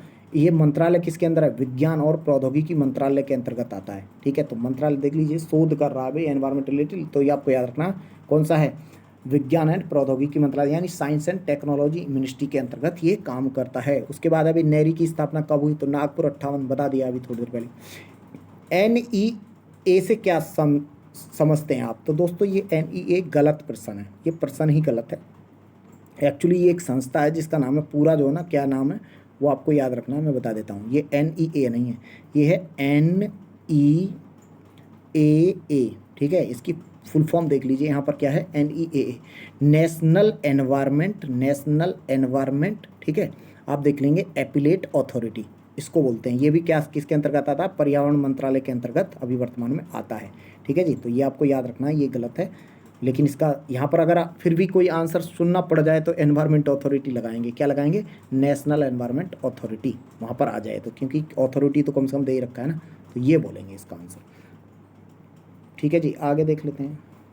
विश्व मौसम विज्ञान जो संगठन है उसका क्या है, मुख्यालय कहाँ पर है। प्यारे दोस्त देखो, कुछ चीज़ों को मैंने बताया ना आपको, वहाँ पर ये कोई नहीं पूछ रहा कि आपने याद कैसे किया है, किसी भी प्रकार से आप बहुत कुछ जानते हैं। ठीक है, उस जो भी कुछ जानते हैं उनका आप यूज़ करना, दूसरी चीज़ों को याद करने में यूज़ करिए, सीखिए। जैसे अब जस्ट कोई भी ट्रिक बनाइए जिससे आप याद रख सको। ठीक है, इसका मुख्यालय देखो भाई कहाँ पर है, मैं बता देता हूँ। इसका मुख्यालय है जेनेवा में। आप देखो, अब मैंने बताया, अब आपको चलो पता चल गया, लेकिन दोस्तों ये ज़्यादा लंबे समय तक याद नहीं रहेगा। एक्चुअली आप क्या करना चाहिए, देखो ट्रिक बनाया मैंने, इसका जैसे ट्रिक बना रखा है। ठीक है, मुझे पता है। ठीक है, क्या है भाई, मैंने इसके लिए ट्रिक बना रखा है, मौसम है सुहाना। ठीक है, मौसम है सुहाना और जाना है स्विट्जरलैंड का, आप क्या बोलेंगे, जेनेवा है जाना। ठीक है, मौसम है सुहाना, जेनेवा है जाना। तो जब मौसम सुहाना होगा तो मौसम मतलब मौसम विज्ञान, मौसम सुहाना होगा तो कहाँ पर जाएंगे लोग, जेनेवा। मौसम है सुहाना, जाना है जेनेवा, तो जेनेवा कहाँ पर पड़ेगा, स्विट्जरलैंड में, आपको याद रखना है। इस प्रकार के कोई भी याद रखो, जस्ट आपको थोड़ा सा ईजी हो जाएगा, आसान। खैर हम आगे देखेंगे, ये मैं बता चुका हूँ। UNEP का मुख्यालय कहाँ पर है, UNEP, आप पहले तो ये देखो क्या है भाई, UNEP। ठीक है, तो देखो इसको बोलते हैं United Nation Environment Programme. United Nation Environment Programme कब बना था भाई? 1972 में बना था, आपको याद रखना है, यूएनईपी। और प्यारे दोस्त, इसका जो मुख्यालय है वो है नैरोबी में। नैरोबी कहाँ पर है? नैरोबी मतलब केन्या में पड़ता है, नैरोबी केन्या, तो याद रखेंगे, ये मैं बता चुका हूँ। उसके बाद है यूएनईपी, फिर से आ गया भाई, नैरोबी में इसका मुख्यालय है, ये तो आ गया। उसके बाद है एनईएपा का पूरा क्या है भाई? तो ये हो गया आपका, ये इंपॉर्टेंट है, ये क्या है? ईपीए, इसको बोलते हैं एनवायरमेंट प्रोटेक्शन एजेंसी। दोस्तों ये अमेरिका की एजेंसी है, ठीक है, अमेरिका द्वारा बनाया गया था इस एजेंसी को, तो याद रखना एनवायरमेंट प्रोटेक्शन एजेंसी है, तो सी हो जाएगा इसका आंसर। किसकी है ये? यूएसए द्वारा बनाई गई है। खैर, उसके बाद देखेंगे ग्रीन पीस इंटरनेशनल का मुख्यालय कहाँ पर है? ग्रीन पीस इंटरनेशनल का मुख्यालय, ग्रीन पीस इंटरनेशनल ध्यान रखेंगे, ये भी बड़ा महत्वपूर्ण है, तो ये भी एनवायरनमेंट से जुड़ी हुई संस्था है, एम्स्टर्डम में इसका मुख्यालय है, ठीक है। ग्रीन पीस, देखो अब एक चीज़ बताओ, आप मान लीजिए बहुत थके हुए हैं, ऐसे सोचिए, ठीक है, तो इसको कैसे याद रखेंगे? जैसे मान लो आप कहीं पर ग्रीन देखो, ग्रीन, ठीक है, ग्रीनरी ग्रीनरी, और वहाँ पर बड़ी शांति हो, पीस मतलब क्या होता है? पीस माने शांति, पीस। तो प्यारे दोस्त आपको बड़ी एकदम क्या आएगी? इसको जो है ना, बड़ी शांति देखकर आपको नींद आ सकती है पार्क में, ठीक है, नींद। तो दोस्तों नींद मतलब नीदरलैंड, और नीदरलैंड कहाँ पर? नीदरलैंड में क्या है? शहर एम्स्टर्डम, वहाँ पर। तो ग्रीन पीस मतलब नीदरलैंड, याद रखेंगे। उसके बाद आ जाइए, हाल ही में हाँ जी, इसके बाद देखेंगे, हाँ ये वाला देख लीजिए। हाल ही में संयुक्त राष्ट्र पर्यावरण सभा का चौथा सम्मेलन, जिसको बोलते हैं यूएनईए 4, कहाँ आयोजित किया गया? तो प्यारे दोस्त ये देखो 2019 से, यानी कि आपका पूछा गया था बीपीएससी में, उस टाइम पे इसका आंसर अलग था, और अभी जो है ना, अभी हमें ये वैसे बहुत ज़्यादा अभी इम्पोर्टेंट नहीं है, उस टाइम पे इसका वो था, केन्या में हुआ था ये, ठीक है, 2019 में। तो प्यारे दोस्त हमें 2019 का याद नहीं रखना, अब हमें ये वाला याद रखना है 2000 कितने का, जो अभी हुआ है 2023 में और 24 में, ठीक है। तो मेनली 2024 का आपको याद रखना है, यानी कि यूई, देखो यहाँ पर लिखा हुआ है यूनाइटेड नेशन एनवायरनमेंट एजेंसी, ये वाला जो है ना यूई का 6वां जो आयोजन है दोस्तों, वो कहाँ पर होगा? 2024 में नैरोबी में होगा, फिर से प्रस्तावित है। तो आपको ये अगला याद रखना, ना कि पिछला, ठीक है ना, इंपॉर्टेंट ये नहीं है। तो ये मैं बता चुका हूँ, इसके बारे में तो हमने सारा पढ़ लिया है। उसके बाद आ गया भाई पर्यावरण संबंधी अधिनियम। पर्यावरण संबंधी जो अधिनियम है दोस्तों, यहाँ पर भी पूछा जाता है, बहुत सारे अधिनियम आए थे, ठीक है, इसके बारे में हम थोड़ा सा पढ़ लेंगे, ठीक है, क्योंकि आप थोड़ा सा जान सको थोड़ा। खैर, इसके बारे में देखेंगे, इसमें भी देखो क्वेश्चन देख लेते हैं, प्रश्न ही इम्पोर्टेंट है। प्रश्न देखेंगे भी, पर्यावरण संरक्षण, इसके माध्यम से देखेंगे पर्यावरण संरक्षण, बताइए अधिनियम कब आया? तो 86 में आया था, ठीक है, इसको आपको याद रखना है। उसके बाद है पर्यावरण संरक्षण अधिनियम, वही प्रश्न पूछ लिया है, कब इसको आया था ये, ठीक है, तो ये आपको बता दिया है अभी, 86 में आया। उसके बाद है भारत में पर्यावरण सुरक्षा अधिनियम किस वर्ष पारित हुआ? सेम प्रश्न है, इसके बारे में कोई बड़ी बात नहीं है, आगे देख लेते हैं। हाँ जी, यहाँ पर देखेंगे पर्यावरण संरक्षण अधिनियम, सेम प्रश्न है, इसको हम बार बार नहीं देखेंगे। किस वर्ष सरकार द्वारा पर्यावरण अधिनियम पारित किया गया? ये भी सेम है। पर्यावरण संरक्षण अधिनियम कब पारित किया गया इसको? हाँ, ये वाला इंपॉर्टेंट है। 7वां प्रश्न देखेंगे, पर्यावरण सुरक्षा अधिनियम किस अन्य नाम से जाना जाता है? दोस्तों इसको छाता विधान के नाम से जाना जाता है, क्योंकि जितने भी हमारे यहाँ पर एनवायरनमेंट से संबंधित कानून है वो सभी इसी के अंतर्गत आते हैं, अधीन। तो ये को छाता विधान, अम्ब्रेला लॉ या अम्ब्रेला कानून के नाम से, अम्ब्रेला विधान के नाम से जाना जाता है। इम्पोर्टेंट है जी ये, ठीक है जी। आगे देख लेंगे हम प्रश्न नंबर 8वां, जो कि आपके लिए महत्वपूर्ण है। ये भी प्रश्न देखो, आप देखेंगे यूपीएससी ने 2015 में पूछा है, इम्पोर्टेंट है इसका मतलब। 8वां प्रश्न देखेंगे जरा, लिखा हुआ है जेनेटिक इंजीनियरिंग अनुमोदन समिति का गठन निम्नलिखित में से किसके अधीन किया गया? ठीक है जी। तो देखो अभी ये जेनेटिक इंजीनियरिंग अप्राइजल कमेटी, ठीक है, इसको क्या बोलते हैं? Genetic engineering appraisal committee, genetic engineering appraisal committee. दोस्तों पहले इसका नाम कुछ और हुआ करता था, तो इसका जो गठन किया गया था ये भी आपको याद रखना है। ये पर्यावरण संरक्षण 1986 के अंतर्गत इसका गठन किया गया था, ये आपको याद रखना है, इंपॉर्टेंट है भाई ये वाला क्वेश्चन, ठीक है।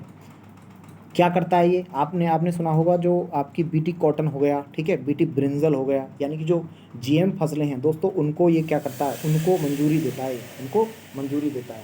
ये आपको याद रखना है, इसके बारे में हमने बात कर लिया है। उसके बाद देखेंगे अगला,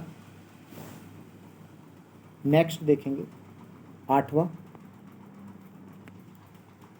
हमने देख ही लिया है, नौवां देख लीजिए आप। निम्नलिखित में से कौन सा पर्यावरण संरक्षण अधिनियम इतने के तहत गठित किया गया? ये वाला क्वेश्चन देखेंगे, 2022 का है उत्तर, ये भी यूपीएससी का 2022 का। तो यहाँ पर आपको याद रखना है, ये देखिए इसमें जो जिसका किया गया था, ठीक है, कौन सा था, तो ऑप्शन ए में दिखा गया है, केंद्रीय जल आयोग का गठन किया गया था इसके अंतर्गत, ठीक है जी। उसके बाद आप देखेंगे अगला दे रखा है केंद्रीय भूजल बोर्ड, सी में दे रखा है केंद्रीय भूजल प्राधिकरण, डी में दे रखा है राष्ट्रीय जल विकास, ठीक है, राष्ट्रीय जल विकास अभिकरण। तो दोस्तों इसमें जो किया गया था, केंद्रीय भूजल प्राधिकरण का गठन इसी के तहत किया गया था, केंद्रीय भूजल लिखा हुआ है बोर्ड, जो बोर्ड है, ठीक है, इसका गठन किया गया था, इसका गठन, ठीक है जी। आगे देख लेंगे, 9वें के बाद 10वां प्रश्न देख लीजिए। निम्नलिखित में से कौन पर्यावरण संतुलन के संरक्षण से संबंधित है? बताइए भाई कौन कौन से है। वन नीति, बिल्कुल है भाई, वन नीति जुड़ा हुआ है, अगर हम वन लगाएंगे तो ये तो अच्छी बात है, होगा। पर्यावरण सुरक्षा अधिनियम इससे जुड़ा हुआ है, ठीक है जी। औद्योगिक नीति, बिल्कुल भी औद्योगिक नीति भी जुड़ी हुई है। शिक्षा नीति भी जुड़ी हुई है, ठीक है। देखो औद्योगिक नीति और शिक्षा नीति अप्रत्यक्ष रूप से जुड़ी हुई हैं, लेकिन ये तो डायरेक्ट जुड़े हुए हैं, तो सारे ही क्या होंगे, इससे जुड़े होंगे। उसके बाद 11वां देखेंगे नेशनल ग्रीन ट्रिब्यूनल, ठीक है, यानी कि इसको बोलते हैं एनजीटी भारत सरकार द्वारा स्थापित किया गया था, बताइए। तो ये आपको याद रखना, 18 अक्टूबर 2010 को इसको इस्टेब्लिश किया गया था। और भारत में पर्यावरण से संबंधित मुद्दों की सुनवाई करने का सबसे बड़ा कोर्ट यही है दोस्तों। तो मैं बता रहा हूँ, पर्यावरण से संबंधित जो भी मुद्दे होते हैं वो कहाँ पर जाते हैं, वो आपके नेशनल ग्रीन ट्रिब्यूनल में जाते हैं, ठीक है, ये आपको याद रखना है। जस्टिस आदर्श कुमार गोयल अभी इसके क्या हैं, अभी वर्तमान में इसके जो अध्यक्ष हैं, ठीक है, या महासचिव बोलते हैं। तो ये याद रखना, पर्यावरण से संबंधित मुद्दों की सुनवाई यही करता है भारत में। उसके बाद आप पाएंगे 12वां क्वेश्चन देख लीजिए।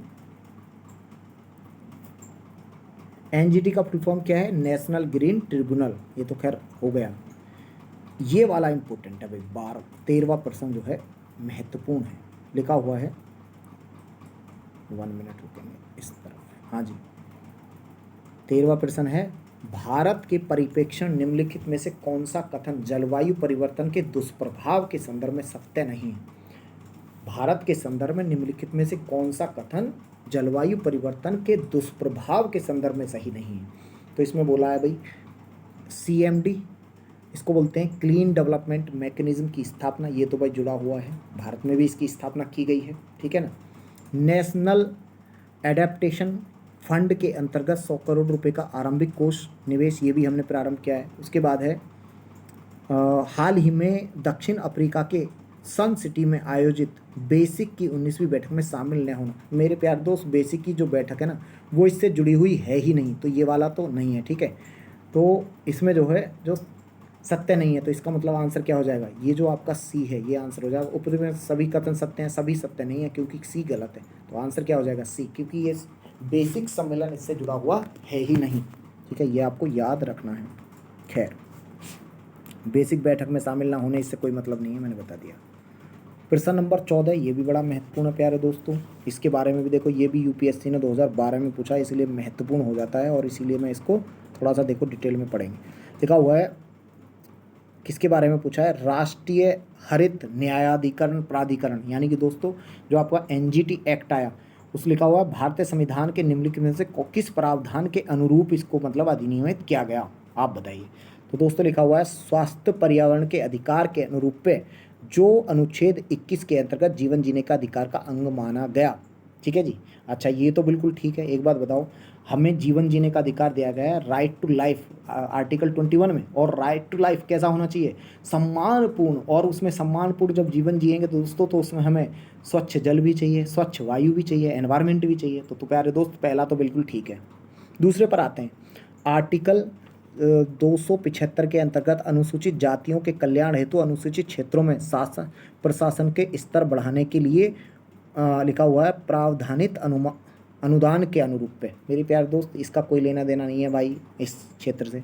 इसी प्रकार अगला आर्टिकल दे रहा हुआ है अनुच्छेद 243 के अंतर्गत ग्राम सभाओं की शक्तियों का कार्य के अनुरूप। ये क्या है मतलब, ये एनवायरनमेंट से जुड़ा हुआ है, ठीक है। तो इसका मतलब ना तो ये है ना ये है, केवल और केवल एक है, याद रखना है आपको। जीवन जीने के अधिकार तो देता है ये। आगे देखेंगे नेक्स्ट अगला प्रश्न, प्रश्न नंबर 15 देख लीजिए। ये भी महत्वपूर्ण प्रश्न है, बहुत ही महत्वपूर्ण हो सकता है आईएएस में, देखो महत्वपूर्ण, यूपीएससी ने पूछा है। देखेंगे ज़रा अगला प्रश्न है, फिर से एनजीटी से है, एनजीटी के गठन से जुड़ा हुआ है। एनजीटी के गठन से जुड़ा हुआ है, लिखा हुआ है राष्ट्रीय हरित प्राधिकरण, लिखा हुआ है किस प्रकार केंद्रीय प्रदूषण नियंत्रण बोर्ड यानी कि सेंट्रल पॉल्यूशन कंट्रोल बोर्ड, क्या बोलते हैं इसको, सेंट्रल पॉल्यूशन कंट्रोल बोर्ड यानी कि सेंट्रल पॉल्यूशन ये इसको बोलेंगे, 1 मिनट रुकेंगे ज़रा, सेंट्रल पॉल्यूशन कंट्रोल बोर्ड, और दूसरी तरफ कौन है, एनजीटी, दो हैं। वो बोल रहा है कि भैया ये किस प्रकार अलग है, central pollution control board NGT से किस प्रकार से अलग है। ऑप्शन ए दिया है, एनजीटी का गठन एक अधिनियम द्वारा किया गया, बिल्कुल ठीक है, 2010 में अधिनियम लाया था, कोई दिक्कत नहीं, ठीक है जी। अब आगे बोला है सीपीसी के, जबकि जो सेंट्रल पॉल्यूशन कंट्रोल बोर्ड का गठन भारत सरकार के कार्यपालक आदेश द्वारा। मेरे प्यारे दोस्त नहीं, ये गलत है।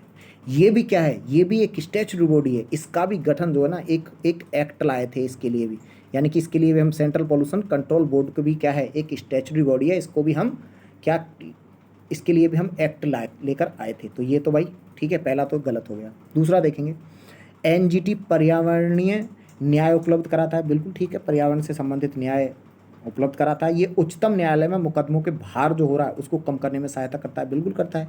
जबकि सेंट्रल पॉल्यूशन कंट्रोल बोर्ड झरने कुओं की सफाई को प्रोत्साहन करता है, देश में वायु की गुणवत्ता को भी सुधारने में लक्ष्य करता है, बिल्कुल ठीक है ये वाला, ठीक है जी।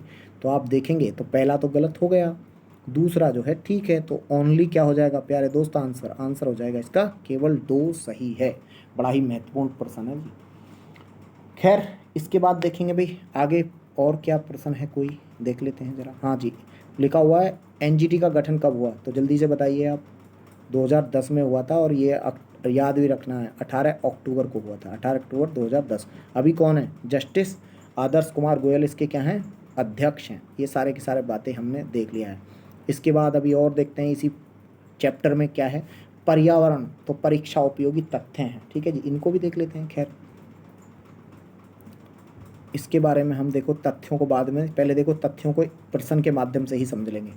पहला है भी इको मार्क उन भारतीय उत्पादों को दिया जाता है, बताइए, जो शुद्ध और मिलावट रहित होते हैं, जो प्रोटीन समृद्ध होते हैं, पर्यावरण के प्रति मैत्रीपूर्ण होते हैं दोस्तों, उनको दिया जाता है क्या, आपका ये वाला इको मार्क, ठीक है ना। इसकी शुरुआत ब्यूरो ऑफ एनर्जी एजेंसी, अभी हम देखेंगे इसके बारे में, उसने किया था, ठीक है। खैर आगे देखेंगे, मैत्रीपूर्ण दिखा हुआ है, ठीक है। उसके बाद है इको मार्क किससे संबंधित है, बताइए जल्दी से, तो पर्यावरण के प्रति जो सुरक्षित सामग्री है उसके प्रति, ठीक है। लिखा हुआ पर्यावरण अनुकूल उपभोग उत्पादों को चिन्हित करने के लिए भारत मतलब सरकार ने क्या प्रारंभ किया है, बताइए। एग मार्क क्या है, इको मार्क क्या है दोस्तों, इको, ठीक है। उसके बाद है आप देखेंगे वर्ष 1962 में प्रकाशित पुस्तक साइलेंट स्प्रिंट, ठीक है, ये बहुत इंपॉर्टेंट है भाई, प्रश्न ये पूछा गया, साइलेंट प्रिंट, ठीक है, साइलेंट स्प्रिंग जिससे विश्व के पर्यावरण आंदोलन को गति मिली, साइलेंट स्प्रिंग, ये बड़ी इंपॉर्टेंट है, ठीक है। कौन है इसके लेखक, कौन, तो इसके हैं रेचर, ठीक है, कार्लसन। ये कहाँ के हैं भाई, यूएसए के एक पर्यावरणविद, जिनको बोलते हैं आप एनवायरमेंटलिस्ट, और आपके क्या बोलते हैं, जीव विज्ञानी हैं, ठीक है, अमेरिका के हैं, याद रखना, कई बार अमेरिका ऐसे पूछा जा सकता है। उसके बाद देखेंगे अगला नेक्स्ट प्रश्न देख लीजिए भाई, नगरीकरण और औद्योगिकरण जो है वो हानिकारक हैं, लिखा हुआ हानिकारक हैं संतुलित विकास के लिए, बिल्कुल है संतुलित विकास के लिए, पर्यावरण परिस्थिति के लिए, बिल्कुल है, पर्यावरण जैव विविधता के लिए भी हानिकारक है, बिल्कुल है भाई, सभी के लिए ये क्या है, हानिकारक है। उसके बाद आ जाइए 7वां देखेंगे, हरित विकास यानी ग्रीन डेवलपमेंट एक बुक है, उसके लेखक कौन है, ये भी बड़ा इंपॉर्टेंट है, पूछा गया है, ठीक है। तो ग्रीन डेवलपमेंट बुक है, उसके लेखक हैं आपके WM एडम्स, याद रखना है। उसके बाद देखेंगे प्राकृतिक कृषि, का अन्वेषक कौन है, किसको माना जाता है? नेचुरल जो आपका एग्रीकल्चर है, ठीक है, उसका फादर यानी कि जनक कौन है? तो ये है मना नो मनानोबू फुकुआ, ठीक है, फुकुओका। तो ये कहाँ के हैं मनाओको फुकुआ का? अजीब नाम है इनका, जापान का, जापान के। इन्होंने प्राकृतिक कृषि का जनक माना जाता है दोस्तों, ये भी पूछा हुआ क्वेश्चन है। पर्यावरण संरक्षण के ग्रीन आर्मी की शुरुआत किसने की है? तो याद रखना है ऑस्ट्रेलिया ने पर्यावरण सुरक्षा के लिए एक आर्मी बना दी अलग से, तो ग्रीन आर्मी, ठीक है। लेकिन हालांकि अब इसको हटा दिया गया है वहाँ पे, लेकिन याद रखना कहाँ पर किया गया था, कौन था। उसके बाद देखेंगे 20वीं शताब्दी के 80 के दशक के मध्य विकास के नकारात्मक पक्षों पर विस्तार से चर्चा करने के लिए निम्नलिखित में कौन सा महत्वपूर्ण नहीं था? प्राकृतिक संसाधनों का क्षरण पर बात की गई थी, बिल्कुल था भाई, ठीक है। पर्यावरण पॉल्यूशन पर बात हो रही थी बिल्कुल, ठीक है। जन सामान्य का विस्थापन और पुनर्वासन ये भी था, लेकिन राजनीति और विकास दोस्तों ये पर्यावरण से जुड़ा हुआ है ही नहीं, ठीक है। तो इसको हटा दीजिए, इसका आंसर क्या होगा? सी। खैर 10 हो गया। उसके बाद हम देख लेते हैं, इस तरफ देखेंगे 11वां प्रश्न देख लीजिए। ये है भाई पालची माडा जो कि पर्यावरण के अपार क्षति के कारण चर्चा में था, अवस्थित है। मेरे प्यारे दोस्त ये आपका केरल में एक जगह है, ठीक है, पालचीमाडा, ये वहाँ पर स्थित है। एक्चुअली यहाँ पर क्या हुआ था ना, इसकी हिस्ट्री में बता देता हूँ थोड़ा सा। कोका कोला जो आपने सुना होगा, कोका कोला एक कंपनी है, कोका कोला कंपनी ने क्या किया था, यहाँ पर प्लांट लगाया था, और प्लांट जहाँ पर लगाया इस गाँव में, वहाँ पर इस कंपनी ने इतना ज़्यादा ग्राउंड वाटर का इतना ज़्यादा क्या किया था, यूज़ किया था बहुत ज़्यादा, उसकी वजह से वहाँ पर पानी का संकट आ गया था। तो ये उस टाइम पे आपका मैं उसमें था करंट में, तो आपको याद रखना है। इसी प्रकार के क्वेश्चन अभी पूछ भी लिए जाएंगे। ग्रीन वाश, अब देखिए एक्चुअली होता क्या है, जनरली क्या होता है कि जो आईएएस में क्वेश्चन पूछे जाते हैं उनको ही ज्यों का त्यों, ठीक है, ऐसा ही यूपी पीसीएस या अन्य पीसीएस पूछ लेते हैं। लेकिन दोस्तों कभी कभी ऐसा भी होता है कि पहले यूपी पीसीएस ने पूछ लिया और बाद में जाके यूपीएससी ने उसको पूछ लिया। ऐसा देखो इस प्रश्न के बारे में देखने को मिलता है। जैसे मान लो ये देखिए, ग्रीन वाश इंगित करता है, ये पूछा है ग्रीन वाश जो शब्द है वो क्या है, इसका अर्थ क्या है? झूम कृषि को प्रोन्नति करना, नहीं ये तो गलत है। नदी जल का शुद्धिकरण है, नहीं गलत है। हरियाली हटाना, नहीं दी। पर्यावरण संरक्षण का झूठा वादा करना। मेरे प्यार दोस्त जब कोई कंपनी ये क्या बोलता है, पर्यावरण संरक्षण का झूठा वादा। जैसे मान लो एक कंपनी आई, इसको आप समझिए ये क्या है, ग्रीन वाश क्या है। जैसे मान लो एक कंपनी आई और भारत में लगा रही है, तो इस पे भी हम ये भी तो बहुत सारी चीज़ें तय करती है ना। कोई भी सरकार जब कहीं की कंपनी लगाती है, एफडीआई के रूप में हमारे यहाँ पर आया, तो वो कंपनी जब लगाएगी हम ये भी लिखवाएंगे भाई आपको इतना जितना एरिया मतलब जंगल वगैरह जो काटना पड़ रहा है, तो वहाँ पर आपको क्या करना है, प्लांटेशन करना है। तो कंपनियां क्या होती हैं, कई बार लिख तो दिया लेकिन वो झूठा वादा कर रही हैं कि हम ये भी कर रहे हैं, हम पर्यावरण संरक्षण के लिए ये कर रहे हैं, बहुत सारे काम कर रहे हैं, लेकिन रियली में वो नहीं करते। इन्हीं को बोलते हैं ग्रीन वाश। रियली में कुछ नहीं है, ठीक है, ये झूठा वादा है। इसी प्रकार देखो, पहले देखो उत्तर प्रदेश पीसीएस ने मेंस में पूछा 2017 में। अब देखो अगला, फिर से देखो इसी को दोस्तों, ग्रीन वाश शब्द का सर्वोत्तम रूप यूपीएससी ने पूछा। देखो जरा आप 2022 में, पिछली साल का क्वेश्चन है ये। इसका अर्थ सेम है, बता दीजिए भाई आपका अर्थ। इधर देखेंगे क्या है भाई, आंसर देख लीजिए। ग्रीन वाश का अर्थ मिथ्या रूप से यह लिखा हुआ प्रभाव व्यक्त करना कि कंपनी के उत्पाद जो हैं, जितने भी उसके जो प्रोडक्ट हैं, वो पारिस्थितिक अनुकूल, इको फ्रेंडली हैं और पर्यावरण के अनुरूप हैं वो, ठीक है जी। तो यही तो है दोस्त, यही इसका आंसर है, ठीक है। मिथ्या रूप से है ना ग्रीन वाश, ये सारा हमने बता दिया। अगला देखेंगे प्रश्न नंबर 14 में क्या है भाई। प्रश्न नंबर 14 लिखा हुआ है, भारत के निम्नलिखित राज्यों में से किसने हाल ही में हरित गृह कृषि यानी कि जिसको बोलते हैं ग्रीन हाउस फार्मिंग स्टार्ट की है?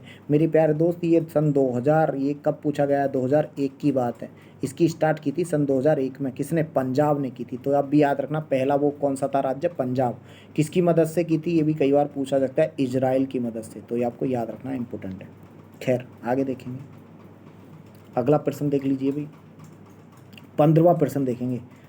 अपने वार्षिक लिखा हुआ है सर्वेक्षण के परिणाम के रूप में नेशनल जियोग्राफिक सोसाइटी एवं अंतर्राष्ट्रीय मतदान कंपनी, ठीक है, जिसका नाम है ग्लोब स्कैन, ने ग्रीन इंडेक्स, ठीक है, ग्रीन इंडेक्स इस 2009 स्कोर के तहत भारत को क्या लिखा है आपका श्रेष्ठ स्थान पर यानी कि शीर्ष स्थान पर दिया है, यानी किस लिए दिया है भाई, कौन से क्षेत्र में भारत ने काम किया था।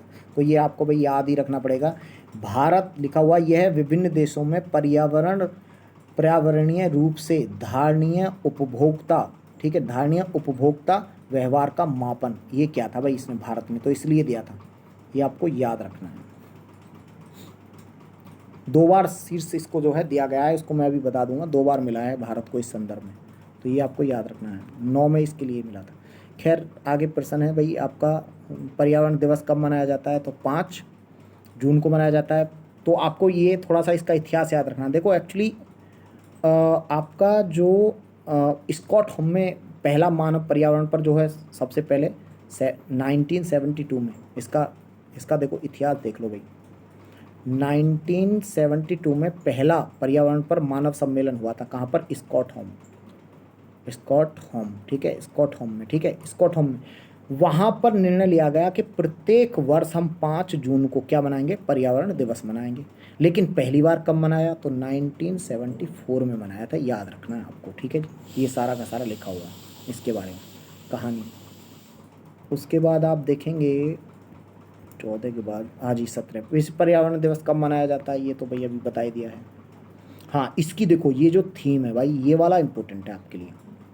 आजकल क्या है, अगर आप जैसे ये जो डे वगैरह होते हैं ना, ये तो डे तो ठीक है, इनकी जो थीम है ना, आप कम से कम 2 या 3 साल की याद रखना प्यारे दोस्त, क्योंकि ये अब पूछ लेता है। जैसे आप अभी आप अगर कोई एग्ज़ाम आने वाले 6 महीनों में दे रहे हैं, जैसे मान लो बीपीएससी दे रहे हैं, आरओ दे रहे हैं, बीपीएससी तो आने ही वाला है, आरओ दे रहे हैं, या उत्तर प्रदेश पीसीएस दे रहे हैं, तो आपको क्या करना है, 21, 22, 23 कम से कम इनका याद रखना, हो सकता है तो 20 का भी, इनका थीम वगैरह। जैसे मान लो भाई इसका 5 जून की थीम 2020 में क्या थी, तो ये था भाई इसकी थीम थी जैव विविधता, ठीक है। 21 में क्या थी, इसका विषय था पारिस्थितिक तंत्र की बहाली, यानी कि इकोसिस्टम रेस्टोरेशन, ठीक है, याद रखना है। 2022 में क्या थी इसकी थीम, ओनली वन अर्थ। ये पूछा जा सकता है, क्या होता है ना आजकल, क्या तीनों को ही आपका क्रोनोलॉजी लगा के दे देगा, 2-3 साल पीछे की पूछ लेता है, तो आपको याद रखना है। और 23 में जो आने वाला वो भी आपको याद रखना है। मेजबान देश 2022 में कौन था, तो ये आपको याद रखना है, स्विट्जरलैंड, यानी स्विट्जरलैंड था, ठीक है, याद रखना है। खैर इसके बारे में हम आगे देखेंगे भाई, आप आगे देखिएगा। उसके बाद है समृद्धि की सीमा, ठीक है, लिमिट टू ग्रोथ, इसको इंग्लिश में क्या बोलते हैं, लिमिट टू ग्रोथ की अवधारणा प्रतिपादन किसके द्वारा किया गया था, ये भी भाई एक बार कई बार ये इम्पोर्टेंट है, तो आपको ये वाला भी प्रश्न जो है याद रखना है। इसको कब लाया था और किसने प्रस्तुत किया था, तो इसको भाई क्लब ऑफ रोम ने प्रस्तुत किया था। क्लब ऑफ रोम ने कब, तो आपको याद रखना 1968 में क्लब ऑफ रोम ने इसको प्रस्तुत किया था। क्लब ऑफ रोम क्या है भाई, ठीक है, तो इसको थोड़ा सा देखेंगे। 1968 में तो 10 देशों के 30 लिखा हुआ, 10 देशों के 30 व्यक्ति एक समूह बनाया था उन्होंने, जिसमें वैज्ञानिक थे, शिक्षक थे, अर्थशास्त्री थे, मानवतावादी थे, ये प्रशासक थे, ठीक है। इसमें इन्होंने ये रोम में इकट्ठे हुए थे, किसमें, एकेडमिया डी लिसी, ठीक है, इसमें ये इकट्ठा हुए थे, वहाँ पर बैठक हो रही थी। इस बैठक में दोस्तों, इस बैठक को नाम दिया गया था क्लब ऑफ रोम, ठीक है ना। इसी क्लब ऑफ रोम द्वारा दोस्तों एक रिपोर्ट जारी की गई थी, जिसका नाम है लिमिट टू ग्रोथ, ठीक है, याद रखना, ये पूछा जाता है। ये कास्टा, ये जो था भाई, ये आपका, इसको भी देख लीजिए क्या है क्या नहीं है, इसके बारे में देख लेंगे क्या है। लिखा हुआ है जलवायु अनुकूल कृषि के वैश्विक सहबद्ध, ठीक है, global alliance for climate smart agriculture, ठीक है, जिसको बोला जाता है गास, ठीक है, गास का, ठीक है, गाक्सा जो भी है। इसके संदर्भ में दोस्तों ये एक प्रश्न पूछा गया, मुझे लग रहा है ये यूपीएससी का प्रश्न होगा, यूपीएससी ही इस प्रकार के प्रश्न पूछता है। तो देखो जरा, इसमें से पूछा हुआ है भाई कथन कौन से सही हैं। एक बात ध्यान रखना, यहाँ पर कुछ लोग क्या करते हैं, देखो कई बार हमारी मेहनत खराब हो जाती है कि हम क्या करते हैं, ध्यान नहीं देते। तो आपको याद रखना है कि सही पूछा है या सही नहीं पूछा है, तो सही पूछा है तो बताइए भाई। लिखा हुआ है ये जो है GACSA, ये क्या है, 2015 में पेरिस में हुआ जलवायु शिखर सम्मेलन का एक परिणाम था। नहीं भाई, ये वाला जो है ये एकदम गलत है। ये 2014 में इसका जो है गठन हुआ था, 2014 में, तो ये तो गलत है। 2014 में, 2015 में तो पेरिस सम्मेलन जलवायु परिवर्तन से संबंधित था, तो ये तो गलत है। ये 2014 में इसका गठन हुआ था। पहला तो ये तो क्या है, गलत हो गया। दूसरा देखेंगे, लिखेंगे गाक्सा में सदस्यता में कोई बंधनकारी दायित्व उत्पन्न नहीं होता। ठीक है भाई, ये ठीक बात है। इसमें क्या है ना, ये किसी पर जो है बाध्यकारी रूप से लागू नहीं होता है। जिसकी मर्जी है वो इसको माने, जिसकी मर्जी नहीं है वो चाहे तो भाई मत फॉलो करो। उसके बाद गाक्सा के निर्माण में भारत की भूमिका बहुत ही महत्वपूर्ण, यानी कि लिखा हुआ साधक भूमिका रही है। नहीं नहीं, इसमें भारत की भूमिका नहीं रही है। तो इसमें केवल और केवल 2 जो है वो आपका आंसर होगा। देख सकते हैं, इसको देख लीजिए। आप देखेंगे 2014 को न्यूयॉर्क में संयुक्त राष्ट्र महासचिव, ठीक है, महासचिव जलवायु शिखर सम्मेलन के दौरान इसको लॉन्च किया गया था। ये ठीक है, तो इसके लिखा हुआ है ये एक स्वैच्छिक मंच है दोस्तों। कैसा है ये? एक स्वैच्छिक मंच है जो सरकारी लिखा हुआ है सरकारों, अंतर्राष्ट्रीय और क्षेत्रीय संगठनों, संस्था, सिविल सोसाइटी से मिलकर बना है। भारत में इसका कोई योगदान नहीं रहा है कि भाई इसको बनाने में, ठीक है ना, ये तो याद रखना है। इसके बाद देखेंगे 20वां प्रश्न। ये भी महत्वपूर्ण प्रश्न है दोस्तों, ये भी महत्वपूर्ण है और ये भी यूपीएससी का प्रश्न है। इसलिए देखो यूपीएससी का तो ध्यान से पढ़ना है और इससे क्या होता है, कॉन्सेप्ट क्लियर भी होते हैं। लिखा हुआ है भारतीय कृषि में परिस्थितियों के संदर्भ में देखेंगे, लिखा हुआ है संरक्षण कृषि की संकल्पना का महत्व बढ़ रहा है। निम्नलिखित में से कौन से संरक्षण कृषि के अंतर्गत आते हैं? भारत में हम संरक्षण कृषि को बढ़ावा दे रहे हैं, तो कौन कौन सी चीज़ें हैं? एक धान्य कृषि पद्धति का परिहार, यानी कि हमें क्या करना है इसमें, हम एक ही फसल उगाते हैं इसको छोड़ देना चाहिए, परिहार कर देना चाहिए? नहीं, ये वाली बात इसमें शामिल नहीं है। एक धान्य कृषि को, ये वाली बात नहीं। न्यूनतम जोत को अपनाना, ये बात ठीक है भाई, क्योंकि हम जितनी कम जोत करते हैं इससे क्या होती है, फर्टिलिटी बनी रहती है। तो न्यूनतम जोत को अपनाना, ये ठीक है। बागानी फसलों का परिहार कर दें? नहीं, अगर भाई चाय वगैरह आप कहवा हो गया या जो बागानी फसलें ये नहीं उगाओगे, इनका परिहार करने की इसमें परिहार करने की बात नहीं की गई है। बागानी फसलें भी उगानी चाहिए। मृदा धरातल को ढकने के लिए फसल अपशिष्ट का प्रयोग, हाँ ये बिल्कुल ठीक है। जो मृदा धरातल है दोस्तों, जो खेत होते हैं ना, उनको जो अपशिष्ट रह जाते हैं, जैसे मान लो आप धान बोते हैं तो जो उसका धान का पूला वगैरह रहता है उसको खेत में ही छोड़ देना चाहिए, वो ये कह रहा। तो इससे क्या होती है, जो उर्वरक शक्ति है वो बनी रहती है। ठीक है, ये ठीक रहता है। चलो, उसके बाद है स्थानिक और कालिक फसल अनुकरण। ठीक बात है, एक स्थान पर और जो समय के साथ फसल का क्या होना चाहिए, अनुकरण का मतलब है दूसरी फसल उगाई जानी चाहिए, फसल अपवर्तनों का अपनाया, बिल्कुल ठीक है। स्थानीय स्तर पर हमें क्या करना चाहिए, फसल बदल कर बोनी चाहिए, ठीक है ना। तो इसमें कौन कौन सी चीज़ें इसमें शामिल हैं, तो ज़रा देख लीजिए। एक तो नहीं है भाई, एक यहाँ पर है तो इसको हटा दो, एक यहाँ पर भी है, इसको भी हटा दो। अब कौन कौन से बचा, 5 भी नहीं है तो 5 इसको हटा दो, तो केवल और केवल सी बचा।